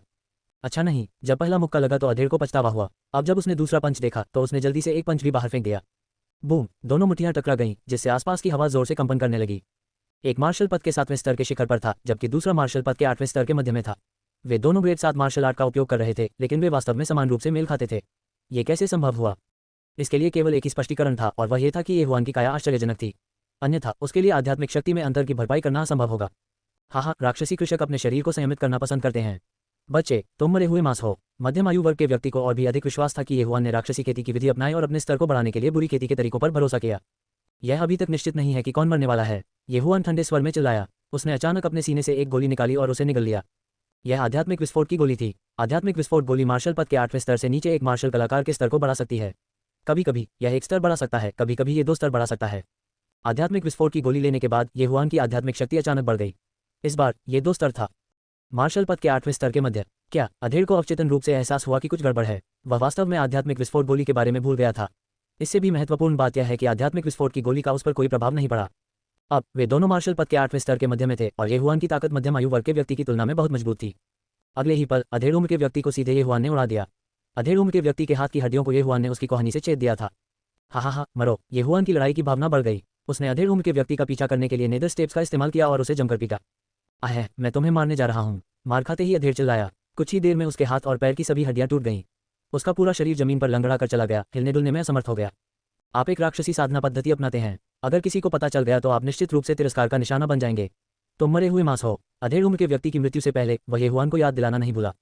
हालांकि वह कैसे जान सकता था कि ये हुआन ने राक्षसी खेती की विधि नहीं अपनाई। ये हुआन उसे अपने हाथों से मारना नहीं चाहता था। इसके बजाय उसने अचानक एक लंबी तलवार बुलाई और अधेड़ उम्र के व्यक्ति के दिल में छेद कर दिया। आप बहुत ज्यादा बात करते हैं। मरना। शुरू से अंत तक ये हुआन को अपना नाम नहीं पता था। उसकी कोई जरूरत नहीं थी। इसके अलावा मरने से पहले अधेड़ उम्र का व्यक्ति बेहद सदमे में था। क्या ये हुआन की तकनीक इंड स्पेशल रिंग से नहीं थी? इस बार ये हुआन अपनी अच्छी किस्मत के कारण उसे इतनी जल्दी मारने में सक्षम था। आध्यात्मिक विस्फोट की गोली लेने के बाद वह 2 स्तरों पर कूद गया था। अच्छा नहीं, आदरणीय युआन मर चुका है। सब लोग भागो। आदरणीय युआन मर चुका है। वह हमें चुप कराने के लिए निश्चित रूप से हमें मार डालेगा। दौड़ना। वह आ रहा है। दौड़ना। एक पल में 8 गार्ड तितर बितर हो गए, भागते समय अपने घायल पैरों को घसीटते हुए। चूंकि हमने उन्हें मार डाला है, आइए उन्हें जी भरकर मारें। ये हुआन ने अचानक क्लाउड स्प्लिटर धनुष निकाला और तेजी से धनुष की डोरी खींच ली, जिससे 8 गार्ड मारे गए जो मार्शल पद के 7वें स्तर पर भी नहीं थे। हालांकि ये गार्ड केवल आदेशों का पालन कर रहे थे, वे केवल गलत व्यक्ति पर भरोसा करने के लिए खुद को दोषी ठहरा सकते थे। ये हुआन, तुम आज्ञाकारी रूप से यहीं रहो। मैं उस कमांडर लियू को भी मारने जा रहा हूँ। ये हुआन ने कहा और फिर जल्दी से बाहर निकल गया। उस अभिषेककर्ता को मारने के बाद उसे अचानक एहसास हुआ कि कमांडर लियू गायब हो गया था। जाहिर सी बात थी कि वह भाग निकला था। इस प्रकार उसे इस कमांडर लियू को पकड़ना पड़ा और फिर उसे मारना पड़ा। अन्यथा यह मामला थोड़ा परेशानी भरा होगा। हालांकि कुछ देर तक पीछा करने के बाद भी उसे कमांडर लियू का फिगर नहीं मिला। उसने थोड़ी देर तक ध्यान से खोजा, लेकिन फिर भी वह नहीं मिला। ऐसा प्रतीत होता है कि कमांडर लियू या तो भाग गया था या छिप गया था। अरे, वह वास्तव में भाग गया। अगर मुझे पहले पता होता तो मैं उसे मार ही डालता। ये हुआन को अपने दिल में कुछ पछतावा हुआ, क्योंकि यह कमांडर लियू निश्चित रूप से जानता था कि उसने उस अभिषेककर्ता को मार डाला था। यदि वह उसे 1000 गोल्ड सिटी में लौटने देता तो सिटी लॉर्ड निश्चित रूप से क्रोधित हो जाता और यहाँ तक कि ऑर्लिन परिवारों को खत्म करने के लिए लियान्युन शहर में विशेषज्ञों को भी भेजता। ये हुआन, अब हम क्या करें? ज़ुक्विन किंग मूर्ख नहीं था। वह मामले की गंभीरता को भी जानती थी।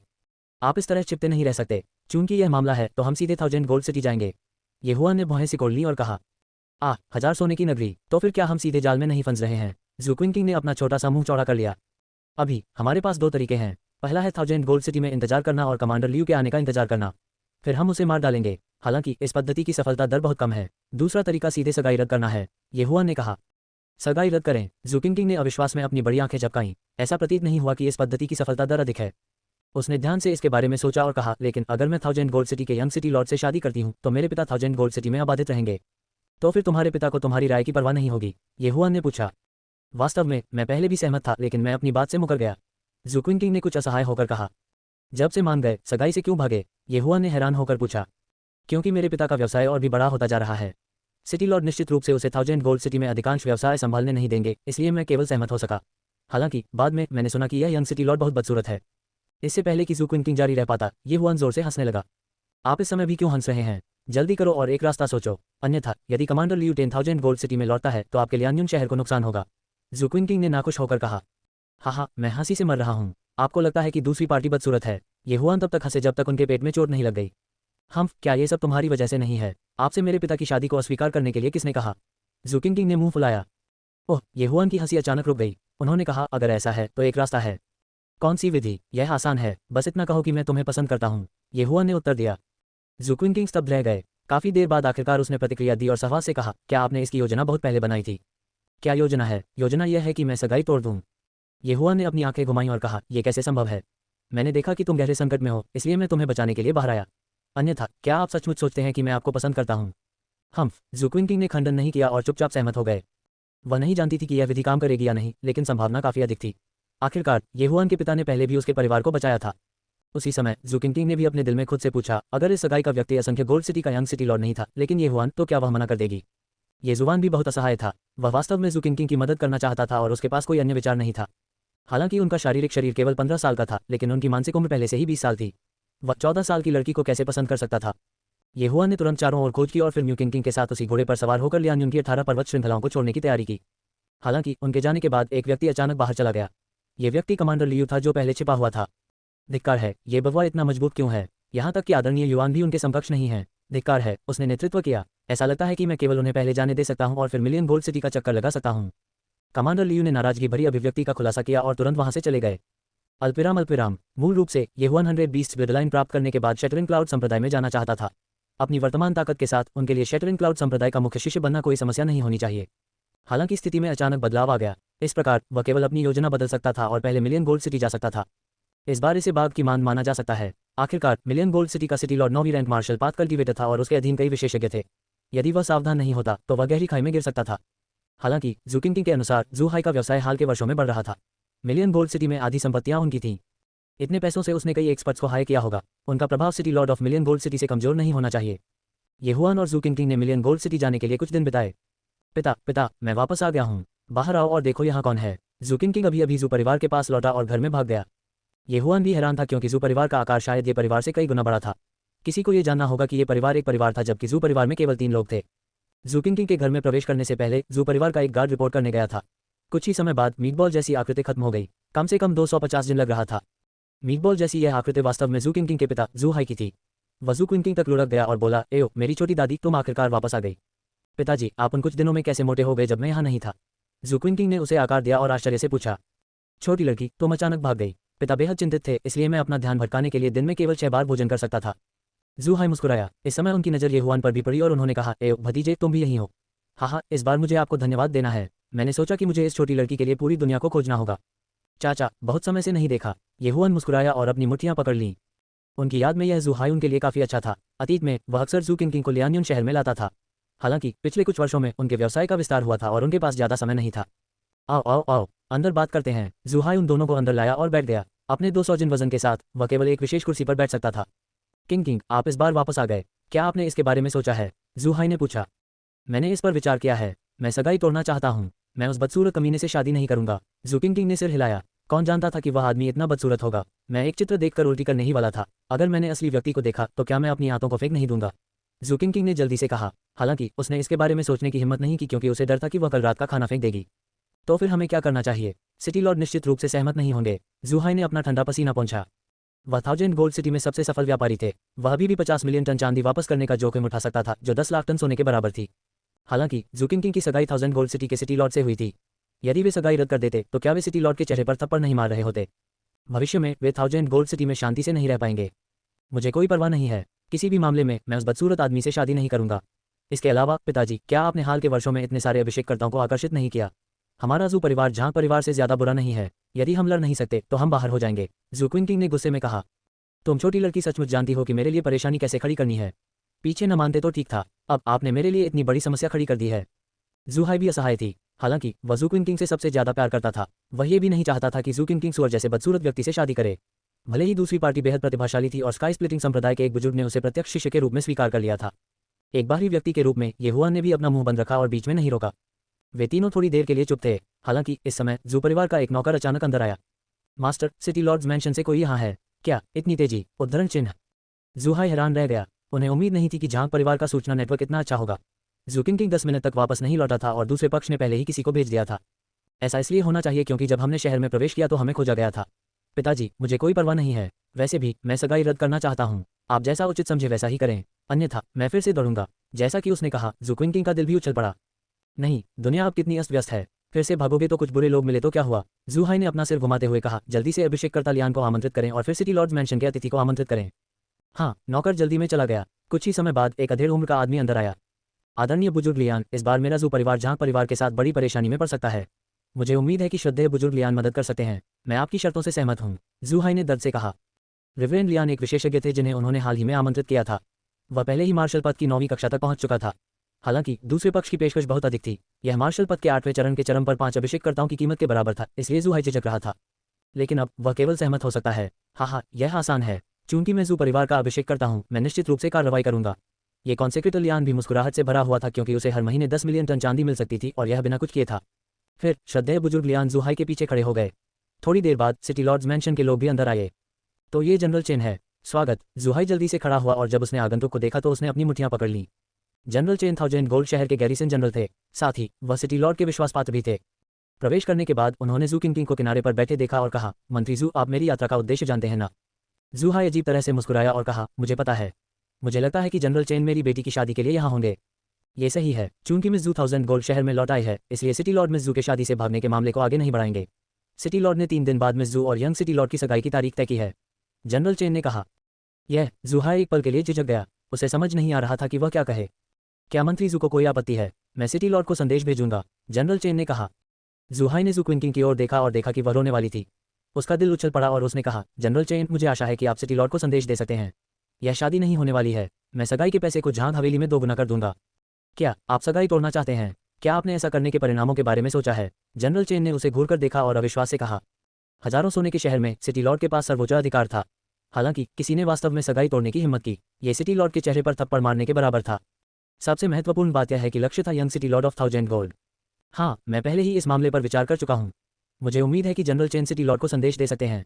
जू हाई ने खुद को संभाला और कहा, तुम सचमुच विद्रोह कर रहे हो? जू हाई, क्या आप सचमुच सोचते हैं कि आपका जू परिवार सिटी लॉर्ड के खिलाफ जा सकता है? यंग सिटी लॉर्ड पहले ही मिस जू को पसंद कर चुके हैं। यदि आप सगाई तोड़ने की हिम्मत करते हैं तो मुझे डर है कि आप हजारों सोने के शहर में अपनी इच्छानुसार काम नहीं कर पाएंगे, जनरल चेन ने याद दिलाया। जू हाई ने अपने दांत भींच लिए और कहा, मेहमान को बाहर देखो। अच्छा, बहुत अच्छा, मैं एक शब्द भी गंवाए बिना संदेश सिटी लॉर्ड तक पहुंचा दूंगा। अलविदा, जनरल चेन ने गुस्से में कहा और जाने के लिए मुड़ गए। हालांकि वह मार्शल पद के 8वें चरण के चरम पर था, वह महसूस कर सकता था कि जू हाई के पीछे का व्यक्ति सरल नहीं था। वह कम से कम मार्शल पद के 9वें चरण में था। इस प्रकार वह जू परिवार में अभिमानपूर्वक कार्य नहीं कर सका और केवल रिपोर्ट करने के लिए सिटी लॉर्ड्स मैंशन पर लौट सका। जनरल चेन के चले जाने के बाद जू क्विंकिंग ने दौड़कर जू हाई को गले लगा लिया। उसने उसके चेहरे को जमकर चूमा। पिता सबसे अच्छे हैं। छोटी बच्ची, इस बार तुमने पापा के लिए बहुत परेशानी खड़ी कर दी है। यदि आप जानते थे कि ऐसा होगा तो आप इस सगाई के लिए सहमत क्यों हुए? जू हाई ने अपना गोल-मटोल चेहरा निचोड़ा और असहाय होकर कहा, मैंने पहले ही कहा था कि मुझे इसका अफसोस है। तुमसे किसने कहा कि मुझे इतनी धीमी गति से एक चित्र दो? ठीक है, उस आदमी की कुरूपता एक कारण है और दूसरा कारण वास्तव में उसकी वजह से है। जैसे ही जू क्विंकिंग बोल रही थी, उसने अचानक ये हुआन की ओर इशारा किया। जू हाई स्तब्ध रह गया। उसे समझ नहीं आया। जू क्विंकिंग ने समझाया, मैं दिखने में बुरा नहीं हूँ। किसी भी स्थिति में मैं ये हुआन जैसे किसी व्यक्ति से शादी करूंगा। इसके अलावा पिताजी, क्या आप मुझसे पहले उससे शादी नहीं करना चाहते थे? आप कह रहे हैं कि आप ये हुआन से शादी करना चाहते हैं? जू हाई स्तब्ध रह गया। उसने तुरंत प्रतिक्रिया दी और कहा, नहीं, तुम इतने उपद्रवी हो। आपने सिटी लॉर्ड के साथ सगाई तोड़ दी। यदि आप अभी ये हुआन से शादी करते हैं तो क्या आप उसे नुकसान नहीं पहुंचाएंगे? जू हाई वास्तव में एक मार्शल आर्टिस्ट भी थे। हालांकि उन्होंने अपनी ताकत बढ़ाने के लिए गोलियों का इस्तेमाल किया। संक्षेप में, वह अभी भी एक व्यापारी था। उनका होने वाला दामाद कौन था, इससे कोई फर्क नहीं पड़ता था। इससे कोई फर्क नहीं पड़ता कि वह एक विशेषज्ञ या एक साधारण व्यक्ति था। जब तक वह मूर्ख नहीं था और अपना व्यवसाय संभाल सकता था, तब तक ये ठीक था। पिताजी, ये हुआन को कम मत आंकिए। क्या आप जानते हैं कि वह अब किस दायरे में है? जू क्विंकिंग की खूबसूरत आंखें अचानक मुड़ गईं और उसने कुछ समझदारी से कहा, कौन सा क्षेत्र? जू हाई ने पूछा। दरअसल उन्होंने ये भी सुना था कि ये हुआन ये परिवार का नंबर 1 जीनियस था। हालांकि लियान्यून शहर केवल एक छोटा शहर था। हजारों सोने के शहर में वहां की एक प्रतिभा का उल्लेख करना उचित नहीं था। वह मार्शल पद के 7वें स्तर के चरम पर है। मैं दोहराता हूं, मार्शल पद के 7वें स्तर का शिखर। जू क्विंकिंग ने ऐसे कहा मानो वह स्वयं हो। क्या यह असंभव है? जू हाई ने कहा। ये हुआन को मार्शल पद के शुरुआती 4थे स्तर तक पहुंचे हुए केवल 1 महीना ही हुआ था। हालांकि ये हुआन ने 1 महीने में 11 स्तरों की छलांग लगाई थी। वह कैसे संभव हुआ? ये कैसे असंभव है? मैंने अपनी आंखों से ये हुआन की ताकत बढ़ती देखी। पिता, आप नहीं जानते, लेकिन एक विशेषज्ञ लियान्यून शहर आया और ओल्ड मास्टर लिन को कुछ संकेत दिए।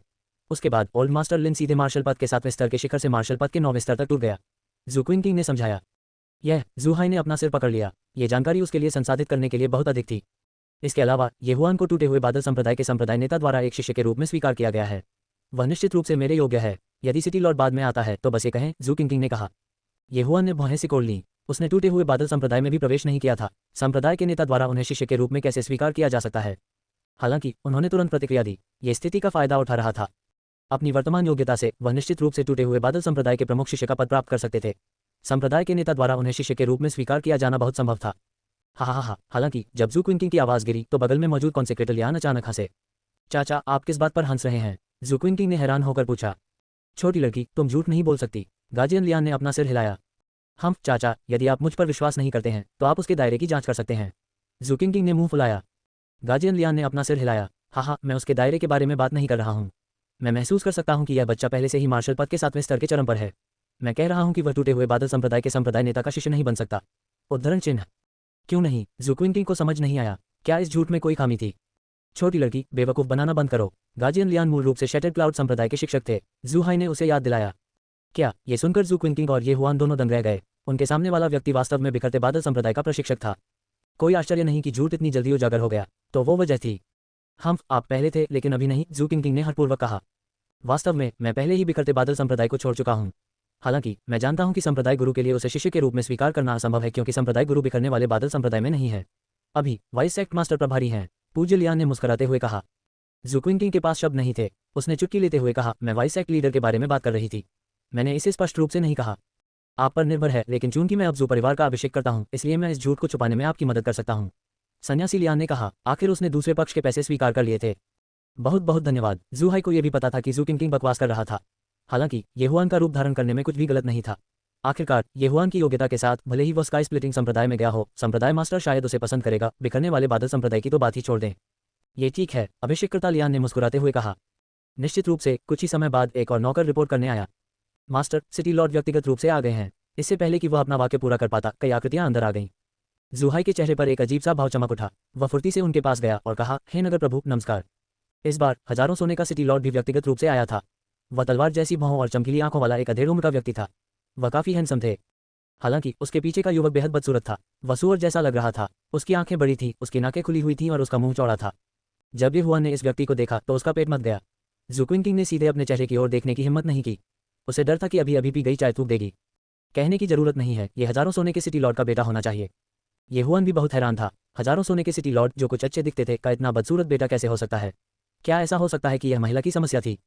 ज़ूहाई, जनरल चेन ने कहा कि आप सगाई तोड़ना चाहते हैं। हजारों सोने के सिटी लॉर्ड झांग ली भी सीधे मुद्दे पर आ गए। ज़ूहाई का माथा ठंडे पसीने से लथपथ था। उसने सिर हिलाया और कहा, हाँ। नहीं, चूंकि मैं पहले ही इस पर सहमत हो चुका हूँ, मैं अपनी बातों से कैसे मुकर सकता हूँ? मैं ये सगाई तोड़ दूं तो दुनिया मेरी तरफ क्या देखेगी? झांग ली ने गुस्से में कहा। अपनी हैसियत के साथ उसके लिए अपने बेटे के लिए एक सुंदर बहू ढूंढना बहुत आसान था। यदि यह ज़ूहाई की पृष्ठभूमि के लिए नहीं होता तो ज़ुकिंकिंग के आश्चर्यजनक होने पर भी यह बेकार होता। अब सबसे महत्वपूर्ण बात चेहरा खोना था। एक सिटी लॉर्ड ने वास्तव में सगाई तोड़ दी। ये निश्चित रूप से उसे हंसी का पात्र बना देगा। ज़ूहाई ने अपने दांत पीस लिए और आगे कुछ नहीं बताया। उन्होंने सीधे कहा, सिटी लॉर्ड, मैंने पहले ही सगाई का दोगुना उपहार तैयार कर लिया है। मैं इसे बाद में सिटी लॉर्ड्स मैंशन पर भेजूंगा। ये सुनकर झांग ली अंततः इसे रोक नहीं सका। वह चिल्लाया, ज़ू है, तुम्हारी हिम्मत कैसे हुई? क्या तुम मेरे साथ खेल रहे हो? बोलने से पहले कॉन्सेक्रेटर लियान ने एक बड़ा कदम आगे बढ़ाया और ज़ूहाई के पास खड़ा हो गया। झांग ली ने भौहें चढ़ा दी। वह महसूस कर सकता था कि उसके सामने यह व्यक्ति सरल नहीं था। आप कौन हैं? झांग ली ने डर के साथ पूछा। लियान युआन, जू परिवार के अभिषेककर्ता लियान ने शांति से उत्तर दिया। मुझे इसकी परवाह नहीं है कि तुम कौन हो। आपको बस ये याद रखना है कि सोने का ये शहर मेरा क्षेत्र है। झांग ली ने ज़ूहाई पर अपना ध्यान केंद्रित करते हुए कहा। उन्होंने कहा, मैं सगाई तोड़ सकता हूँ, लेकिन आपके लिए सगाई का दोगुना उपहार लौटाना बहुत आसान है। मुझे 10 बार चाहिए। क्या 10 बार? ये सुनकर उपस्थित सभी लोग सत्य में आ गए। मूल 50 मिलियन टन चांदी अचानक 500 मिलियन टन चांदी बन गई थी, जो 5 मिलियन टन सोने के बराबर थी। यह एक बहुत बड़ी राशि थी और यहाँ तक कि ज़ूहाई भी इसे इतने कम समय में नहीं निकाल सका। सिटी लॉर्ड, क्या आप बहुत अधिक मांग रहे हैं? ज़ूहाई का चेहरा डूब गया। वह 500 मिलियन टन चांदी निकाल सकता था, लेकिन अपनी अधिकांश संपत्ति बेचने के लिए यह उसके लिए एक बड़ी राशि थी। यदि आप सगाई तोड़ना चाहते हैं तो सगाई का 10 गुना उपहार निकालें, अन्यथा मैं सहमत नहीं होऊंगा। झांग ली ने ठंडे स्वर में कहा। येहुआन, जो सबसे पीछे था, शांत नहीं बैठ सका। ऐसा ही कुछ उन्होंने पहले भी किया था। उसे अचानक लगा कि उसकी कीमत बहुत कम है। झांग ली 500 मिलियन टन चांदी चाहते थे, लेकिन उन्होंने केवल 3 मिलियन टन चांदी की पेशकश की। अंतर बहुत बड़ा था। किसी को यह जानना होगा कि यूजिन की यिन और यांग रिंग में किसी भी वस्तु की कीमत 500 मिलियन टन चांदी से अधिक होगी। कितना नुकसान हुआ, पता होता तो और चिल्लाता, अन्यथा मैं मार्शल पाथ की 9वीं रैंक में होता। येहुआन को इसका पछतावा हुआ। उस समय वह बहुत छोटा था। उसे डर था कि वह ऊंची कीमत चिल्लाकर उसका युआन संप्रदाय रक्षक को नाराज कर देगा। येहुआन और ज़ुकिंकिंग को चलते हुए देखकर झांग ली ने सख्ती से कहा, इसमें कोई आश्चर्य नहीं कि आप सगाई तोड़ना चाहते हैं। तो तुम इस सुंदर लड़के के साथ भाग गए। ब्रेट, तुम मेरे अधीनस्थ को मारने का साहस भी करते हो। क्या आप जीने से थक गए हैं? सिटी लॉर्ड झांग, आपके अधीनस्थ का स्वभाव खराब है। वो मेरे सामने बदतमीज था, इसलिए मैंने उसे सबक सिखाया। यदि सिटी लॉर्ड झांग वास्तव में किसी को दोष देना चाहते हैं तो इसका दोष उनके कौशल की कमी को दें। वह मेरे जैसे बव्वा को हरा भी नहीं सकता था। चूंकि स्थिति बिगड़ गई थी, येहुआन पीछे नहीं हट सके। अगर वह अभिनय करना चाहता था तो उसे पागल अभिनय करना पड़ता था। तुम्हारी हिम्मत कैसे हुई? जनरल चेन, उसे पकड़ लो। झांग ली इस समय थोड़ा उत्तेजित थे, इसलिए उन्होंने सीधे आदेश दिया। उनके पीछे जनरल चेन एक चाल चलना चाहते थे, लेकिन इस समय लियान युआन अचानक येहुआन के सामने खड़े हो गए। सिटी लॉर्ड झांग, यह मत सोचो कि तुम एक बड़े शॉट हो। मैं आपका परिचय देना भूल गया। ये छोटा भाई शैटरिंग क्लाउड संप्रदाय के उप संप्रदाय नेता का शिष्य है। यदि आप उसे छूने की हिम्मत करते हैं तो आप स्वयं परिणामों की कल्पना कर सकते हैं। लियान युआन ने पीछे हटते हुए कहा। टूटते बादल संप्रदाय के उप संप्रदाय नेता। झांग ली चौंक गए और पूछा, आप कौन हैं?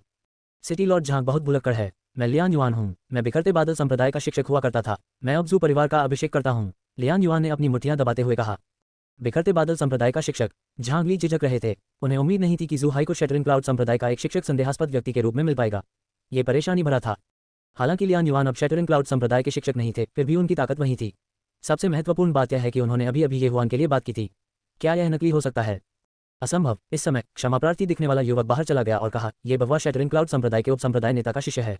आप वास्तव में किसी पुस्तक को उसके आवरण से नहीं आंक सकते। लानत है, येहुआन लगभग अपने पूरे चेहरे पर नमक सोडा का पानी थूकना चाहता था। अपनी वर्तमान उपस्थिति के साथ उन्होंने अभी भी यह कहने का साहस किया कि वह किसी पुस्तक को उसके कवर से नहीं आंक सकते। यंग सिटी लॉर्ड, मुझे पता है कि आप शैटरिंग क्लाउड संप्रदाय के एक बुजुर्ग के शिष्य हैं। हालांकि आप बिखरने वाले बादल संप्रदाय से हैं, बिखरने वाले बादल संप्रदाय से नहीं। आप कैसे जानते हैं कि वह शैटरिंग क्लाउड संप्रदाय के उप संप्रदाय नेता का शिष्य नहीं है? लियान युआन थोड़ा मुस्कुराया। वह इतनी कम उम्र में मार्शल पद के 7वें क्षेत्र में है।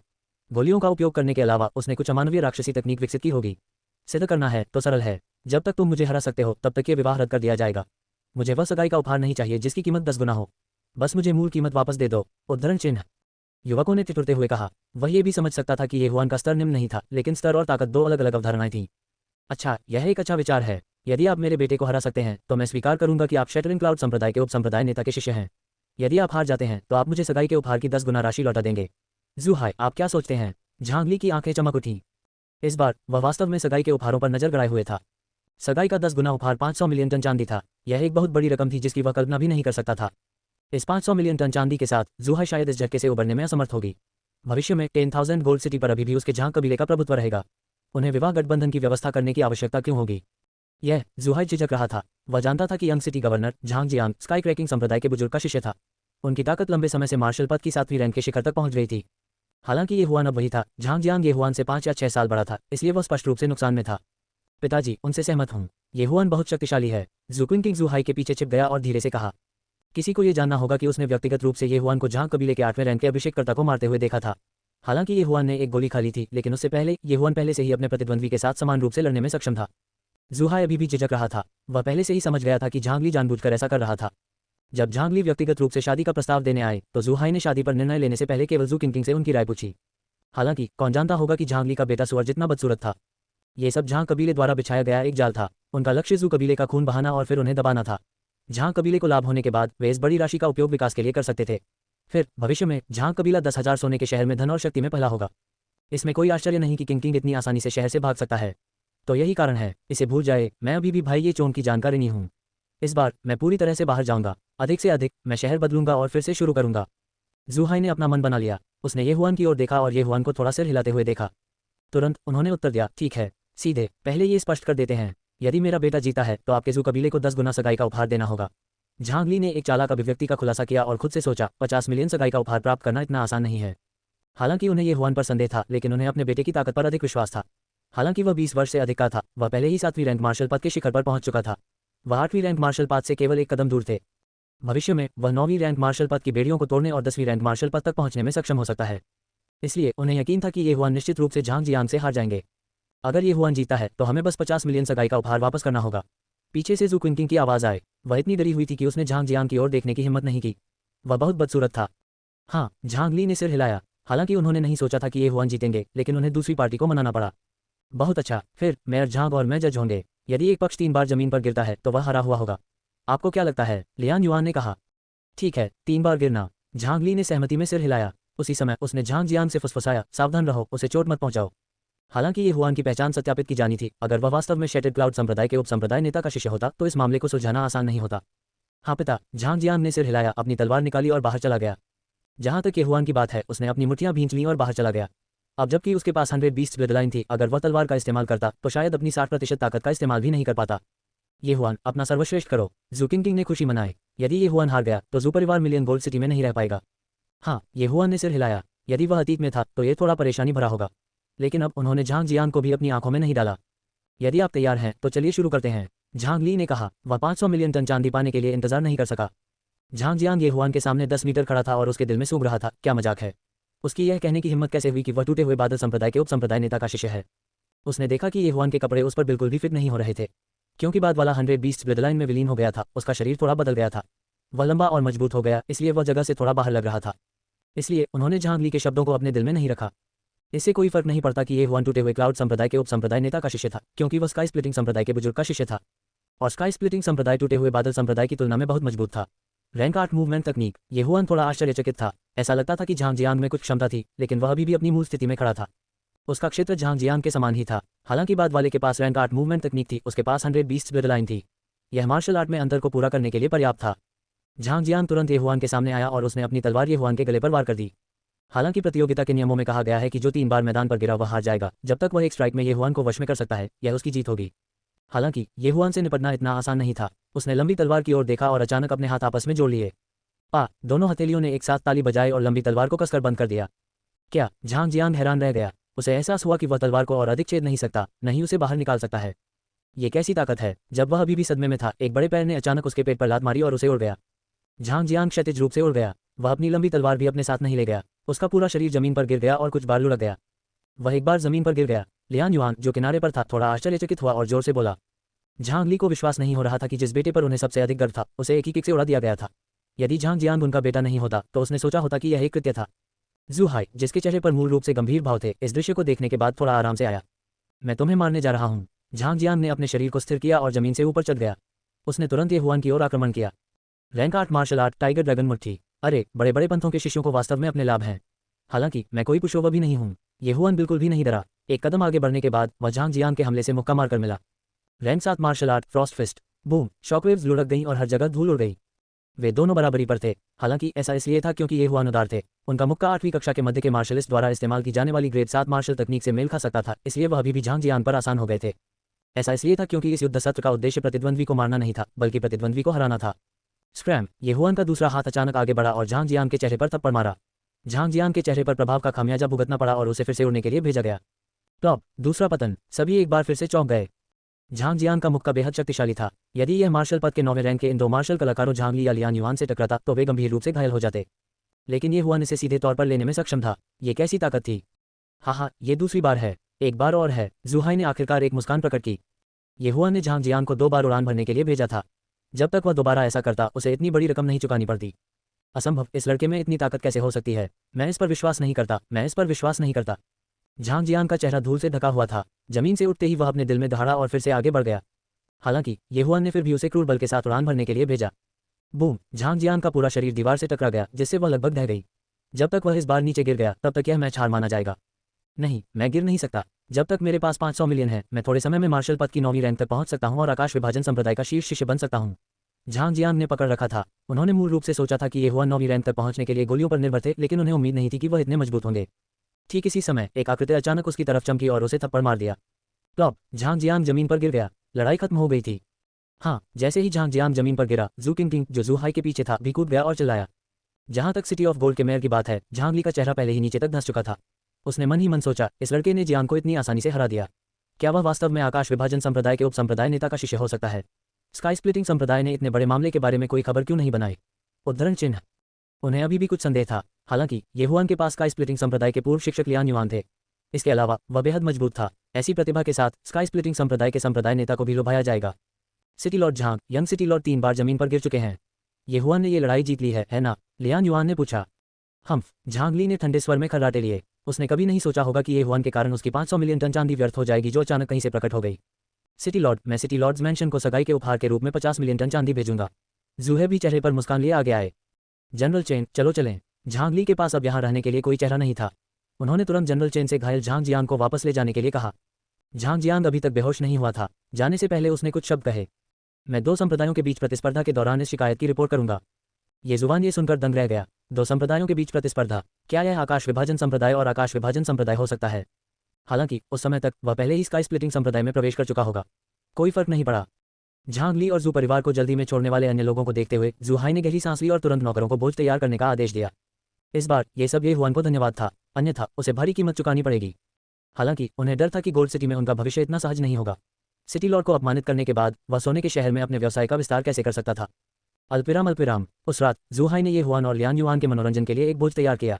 यदि ये हुआन और लियान युआन नहीं होते तो जू हाई को बड़ी कीमत चुकानी पड़ती।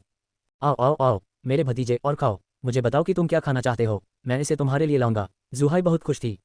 ये हुआन ने लंबे समय से बड़ा खाना नहीं खाया था। उसकी भूख बहुत अच्छी थी। छोटे भाई, आपने इस स्तर तक खेती कैसे की? लियान युआन ने अचानक पूछा कि वे भोजन के बीच में कब थे। ओह, मेरा डेंटियन अचानक टूट गया था। ठीक होने के बाद मेरी खेती की गति बहुत बढ़ गई। ये हुआन ने लापरवाही से उत्तर दिया। खेती में कई अपरिवर्तनीय कारक थे। अगर वह झूठ बना देता तो दूसरे पक्ष को पता नहीं चलता कि यह सच है या नहीं। टूटा हुआ डेंटियन? लियान युआन हैरान था। उसने कभी टूटे हुए डेंटियन के बारे में नहीं सुना था जो ठीक नहीं हुआ था। हाँ, मेरे डेंटियन के टूटने के बाद मैंने इसे ठीक करने के लिए 2 ऊर्जा संग्रहण गोलियों का उपयोग किया। हो सकता है कि मैंने जो ऊर्जा एकत्र करने वाली गोली खाई वह कोई साधारण गोली ना हो। ये हुआन ने बोलना समाप्त किया और लियान युआन को यूजिन के बारे में बताया। लियान युआन अनुमान नहीं लगा सका, हो सकता है कि उस वरिष्ठ को ये हुआन पसंद आ गया हो और उसने अपने डेंटियन को ठीक करने में उसकी मदद की हो। हालांकि उनके स्तर के किसी व्यक्ति ने भी स्वर्गीय युआन संप्रदाय के बारे में कभी नहीं सुना था। ये देखकर कि ये हुआन लगभग खाना खा चुका था, ज़ुहाई ने अपनी आंखें घुमाई और कहा, भतीजे, अब जब किंग की सगाई रद्द कर दी गई है और सगाई के उपहार वापस कर दिए गए हैं, तो अब हम क्या? ये हुआन ने अपना सिर उठाया। आपकी शादी? ज़ुहाई मुस्कुराया। यदि यह कोई अन्य समय होता तो ज़ू किंग निश्चित रूप से आपत्ति जताने के लिए बाहर कूद जाता। हालांकि इस बार वह आश्चर्यजनक रूप से चुप थी और सिर्फ चुप्पी में खाया। चाचा, मैं यहाँ केवल मदद करने के लिए हूँ। ये हुआन अजीब तरह से मुस्कुराया। भतीजे, चूंकि आप पहले ही मदद कर चुके हैं तो आप उसे स्वीकार क्यों नहीं करते? मुझे लगता है कि आप दोनों काफी संगत हैं। ज़ुहाई ने ये हुआन पर अपनी भौहें चढ़ा लीं। चाचा, यह नहीं है। इससे पहले कि ये हुआन खत्म हो पाता, ज़ुहाई ने रोने का नाटक किया और कहा, आह, मुझे ये पता था। भांजे, पैसों की बदबू से आपको घिन आती होगी। ये सुनकर ये हुआन असहाय हो गया। वह पहले से ही अपने बिसवा दशा में था। क्या उसे 14 साल की लोली से शादी करनी थी? आखिरकार 14 वर्षीय अभी भी कम उम्र का था। इस समय उसे अचानक महसूस हुआ कि कोई उसकी आस्तीन खींच रहा है। जब उसने अपना सिर घुमाया तो उसने ज़ू किंग को झुकते और फुसफुसाते हुए देखा, जल्दी करो और मेरे पिता की बात मान लो। मदद करनी है तो अंत तक मदद करें। क्या होगा यदि सिटी लॉर्ड फिर से आ जाए? मामला पहले ही सुलझ चुका है। मदद करने का क्या मतलब है? तो पहले सहमत हो जाओ। इसके अलावा मेरे पास अभी भी बहुत दहेज है। आप इसे पहले ले सकते हैं और जब आप मजबूत हो जाएंगे तो इसे मुझे वापस कर सकते हैं। Zu king फुसफुसाए।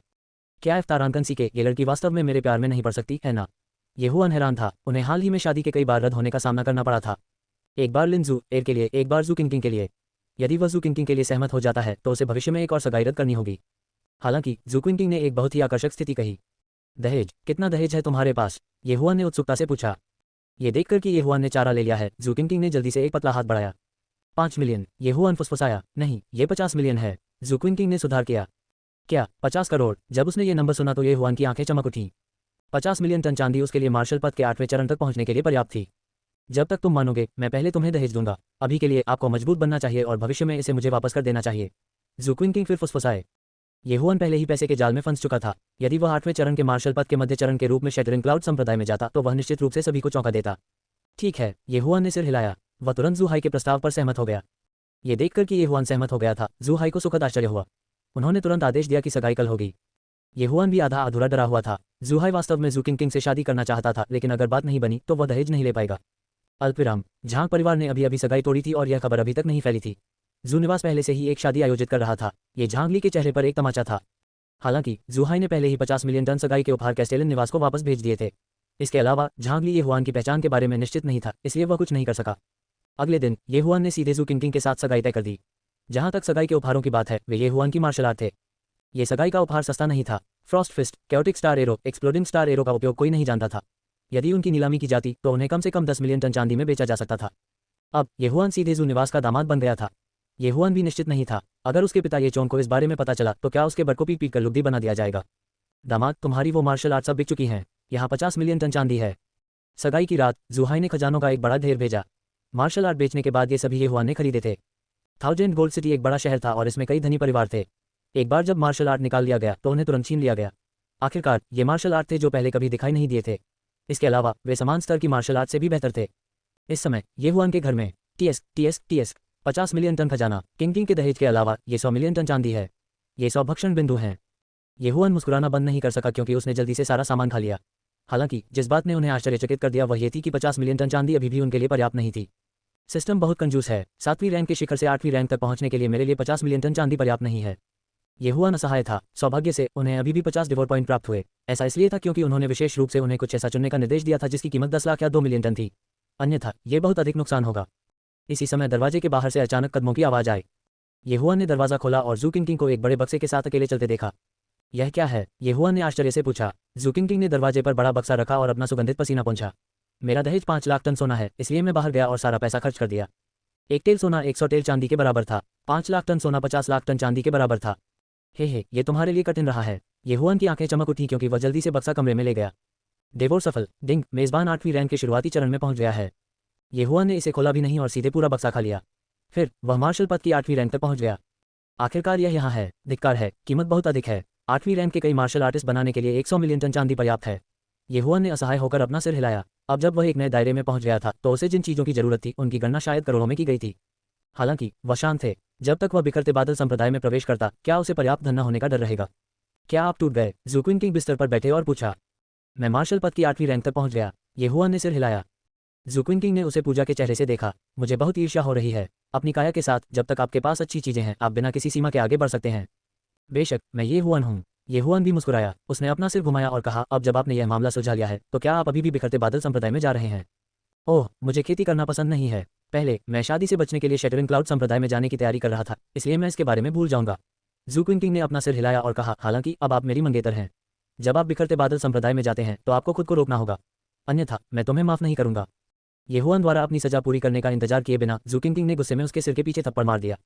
तुम विकृत हो, हम सिर्फ अभिनय कर रहे थे, ये सोचने के लिए कि मैंने तुम्हें अपना दहेज भी उधार दे दिया है। ज़ुक्विंकिंग ने सूंघा। ये सिर्फ एक मजाक था। येहुआन ने असहाय होकर अपने कंधे उचकाए। उनकी वास्तविक उम्र ज़ुक्विंकिंग से लगभग 10 वर्ष अधिक थी। 14 साल की लड़की में उसकी दिलचस्पी कैसे हो सकती है? ज़ुक्विंकिंग बिस्तर से कूद गया और जाने के लिए तैयार हो गया, लेकिन इससे पहले कि वह कुछ कदम उठा पाती वह घूम गई और बोली, तुम कब जा रहे हो? येहुआन चौंक गया और बोला, कल। ओह, ज़ुक्विंकिंग ने थोड़ा सिर हिलाया और दरवाज़ा खोला। जाने से पहले वह येहुआन को अवांछित ध्यान आकर्षित न करने की याद दिलाना नहीं भूली। उसके जाने के बाद येहुआन भी अकेले बिस्तर पर लेट गई। अब उसके पास 100 से अधिक भक्षण बिंदु थे, वह उन्हें किस लिए विनिमय करे? केवल 100 बीस्ट ब्लडलाइन के साथ जुड़कर ही मैं 1000 बीस्ट ब्लडलाइन का आदान प्रदान कर सकता हूँ, और इस 1000 बीस्ट ब्लडलाइन की कीमत वास्तव में 10,000 भक्षण बिंदु है। ऐसा लगता है कि मैं उन्हें केवल अन्य चीज़ों से बदल सकता हूँ। येहुआन बहुत असहाय था। अभी वह समान स्तर के लोगों के बीच अजय होने के लिए 100 बीस्ट ब्लडलाइन पर भरोसा कर रहा था। वह उच्च स्तर के लोगों को चुनौती देने में भी सक्षम हो सकता है। ब्लडलाइंस को भक्षण प्रणाली का मुख्य आकर्षण कहा जा सकता है। येहुआन ने महसूस किया कि पहले रक्त रेखाओं का आदान प्रदान करना आवश्यक था। हालांकि यदि वह मार्शल आर्ट का आदान प्रदान करता तो वह उन्हें सीखने के बाद भी उन्हें बेच सकता था। यह कोई बुरा विचार नहीं था। हालांकि जब येहुआन ने 8वीं कक्षा की उन मार्शल आर्ट को देखा जो 10 भक्षण बिंदुओं के लायक थी, तो वह अपनी आंखें घुमाने से खुद को नहीं रोक सका। फैलाया नहीं जाना है। इन मार्शल आर्ट को वास्तव में फैलाया नहीं जाना शब्दों से चिन्हित किया गया था। इसका मतलब यह था कि उन्हें सीखने के बाद वह उन्हें दूसरों को नहीं बेच सकता था। अरे, मैंने बहुत कुछ खो दिया। मैं अभी भी 8वीं कक्षा की मार्शल आर्ट खरीदना चाहता था और उन्हें 1000 गोल्ड सिटी नीलामी घर में बेचना चाहता था। येहुआन चिल्लाए बिना नहीं रह सका। उन्होंने वास्तव में इस विशेषता पर पहले ध्यान नहीं दिया था। क्या भूल है? मार्शल आर्ट के आदान प्रदान के लिए भक्षण बिंदुओं का उपयोग करना बहुत ही अपमानजनक था। 8वीं कक्षा की मार्शल आर्ट के लिए 10 भक्षण बिंदुओं की आवश्यकता होती है। यदि वह इसे बाहर बेचता तो वह इसे करोड़ों चांदी में बेच सकता था। जब तक येहुआन अधिक यात्रा करता और कुछ और शहरों में जाता, वह निश्चित रूप से बराबरी करने में सक्षम होता। दुर्भाग्य से वह अब ऐसा नहीं कर सका। येहुआन का ध्यान रक्तरेखा की ओर लौट आया। ब्लडलाइंस एक बहुत ही अनोखी चीज थी। कुछ अपेक्षाकृत अजीब रक्त रेखाएं भी थीं, जैसे तलवारबाज रक्त रेखा जो तलवार कौशल की शक्ति को बढ़ा सकती थी, और आर्चर रक्त रेखा जो तीरंदाजी मार्शल आर्ट और दृष्टि की शक्ति को बढ़ा सकती थी। इसके अलावा कुछ रक्त रेखाएं थीं जो बदल सकती थीं, जैसे moonlight werewolf, deep sea flood dragon, titan giant इत्यादि। येहुआन को पसंद का डर था, इसलिए उसे नहीं पता था कि इन 100 डिवोर पॉइंट्स का क्या किया जाए। येहुआन अपने बिस्तर पर घूम गया। वह शायद आज रात सो नहीं पाएगा। अल्पविराम। अगले दिन जब नौकर ने नाश्ता दिया तो वह लगभग डरकर मर गया। आज येहुआन के रोएंदार बाल थे और उसकी आंखों के नीचे 2 काले घेरे थे। वह ऐसा लग रहा था जैसे वह रहने वाला है। उनकी अभी अभी सगाई हुई है और वे पहले से ही युवा मास्टर और युवा मालकिन वास्तव में अद्भुत हैं। नौकर यह सोचकर जल्दी से चला गया कि ज़ुक्विंकिंग भी अंदर है। वास्तव में ये केवल इसलिए था क्योंकि येहुआन सो नहीं सका। उसने पूरी रात के लिए योजना बनाई थी और अंततः 100 डिवोर पॉइंट्स का आदान प्रदान किया। मार्शल आर्ट की दुनिया में केवल गति अजय थी, इसलिए उन्होंने विंड चेजिंग लेपर्ड ब्लडलाइन के बदले में 50 डिवोर पॉइंट खर्च किए। ये विंड चेजिंग लेपर्ड ब्लडलाइन गति बढ़ा सकती है और इसमें कूदने की बेहद मजबूत क्षमता भी है। अब जबकि येहुआन के पास पहले से ही 100 बीस्ट ब्लडलाइन थी, साथ ही विंड चेजिंग लेपर्ड ब्लडलाइन और रैंक 7 मूवमेंट मार्शल आर्ट भी था, उसकी गति 4 से बाहर हो जाएगी। जहां तक शेष डिवोर पॉइंट्स का सवाल है, येहुआन ने उन्हें 100 फ्लावर्स ब्लडलाइन से बदल दिया। इससे वह जहर के प्रति प्रतिरक्षित हो जाएगा और उसकी ठीक होने की क्षमता भी बढ़ जाएगी। चाहे वह शारीरिक शक्ति हो या आध्यात्मिक शक्ति, ये बढ़ती। उन्होंने मार्शल आर्ट का आदान प्रदान इसलिए नहीं किया क्योंकि एक बार जब वह शैटरिंग क्लाउड संप्रदाय में पहुंच गए तो निश्चित रूप से मार्शल आर्ट होंगे। मार्शल आर्ट के आदान प्रदान के लिए डिवोर पॉइंट्स का उपयोग करना बहुत बेकार था, जब तक कि यह एक अत्यंत शक्तिशाली मार्शल आर्ट न हो।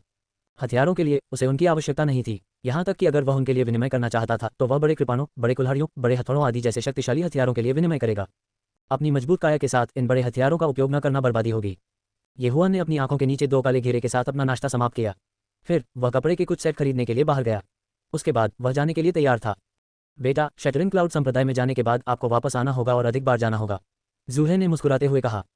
ओह, मैं करूंगा। येहुआन ने सिर हिलाया। ज़ुक्विंकिंग ने उन्हें यह भी याद दिलाया, शैटरिंग क्लाउड संप्रदाय में जाने के बाद अवांछित ध्यान आकर्षित न करें, नहीं तो मैं तुम्हें मार डालूंगा। येहुआन शर्म से शर्मा गया। फिर उन्होंने मिलियन गोल्ड सिटी छोड़ दी। जब शैटरिंग क्लाउड संप्रदाय ने लोगों को भर्ती करने के लिए लियान्युन शहर में भेजा तो वह केवल मार्शल पद के 4थे स्तर पर था। अब 2 महीने से भी कम समय में वह मार्शल पद के 8वें स्तर तक पहुंच गया था। बिखरते बादल संप्रदाय में प्रवेश कर जाता तो संप्रदाय को अवश्य कंपा देता। हालांकि उनके 10,000 गोल्ड सिटी छोड़ने के बाद 3 लोगों ने उनका पीछा किया। इन 3 लोगों को 10,000 गोल्ड सिटी लॉर्ड ने अपनी पहचान सत्यापित करने के लिए भेजा था। ओह, मेरा पीछा कर रहे हो? उद्धरण चिन्ह। येहुआन, जो अभी अभी मिलियन गोल्ड सिटी से निकला था, ने अपने पीछे घोड़े के खुरों की आवाज़ सुनी। तुरंत वह अपने घोड़े से कूद गया और अपनी मांसपेशियों को फैलाना शुरू कर दिया। ये बच्चा क्या कर रहा है? उसने घोड़े को जाने दिया। क्या वह बिखरते बादल संप्रदाय तक चलने जा रहा है? सिटी लॉर्ड ने कहा कि यह बच्चा मार्शल पद के चरम 7वें स्तर पर है और इसे निपटना आसान नहीं है। ऐसा क्यों नहीं लगता? शश, चलो अपने घोड़ों से भी उतरें। तीनों लोगों ने अपने घोड़े भी भगा दिए और येहुआन के पीछे पीछे चले गए। हालांकि अगले ही पल वे चौंक गए क्योंकि येहुआन अचानक तेजी से बाहर निकला और उनके बीच की दूरी को दूर कर दिया। ये कैसी गति है? क्या ये बच्चा मार्शल पद के 9वें स्तर पर है? असंभव, वह केवल किशोरावस्था में है। वह मार्शल पद के 9वें स्तर पर कैसे हो सकता है? जल्दी करो, जल्दी से उसका पीछा करो। तीनों लोग जल्दी जल्दी भाग निकले। हालांकि चाहे वे कितनी भी दौड़ें, उनके और येहुआन के बीच की दूरी धीरे धीरे बढ़ती जा रही थी। क्या मजाक है? मेरे पास अब चेजिंग विंड लेपर्ड ब्लडलाइन और 100 फ्लावर्स ब्लडलाइन है। मेरी रिकवरी बेहद मजबूत है। यदि आप स्पोर्ट्स कार भी चलाते हैं तो भी आप मुझे पकड़ नहीं पाएंगे। येहुआन ने बिना पीछे देखे खर्राटे लिए और अपने रास्ते पर चलता रहा। उन्होंने 100 फ्लावर्स ब्लडलाइन का आदान प्रदान इसकी पुनर्प्राप्ति क्षमता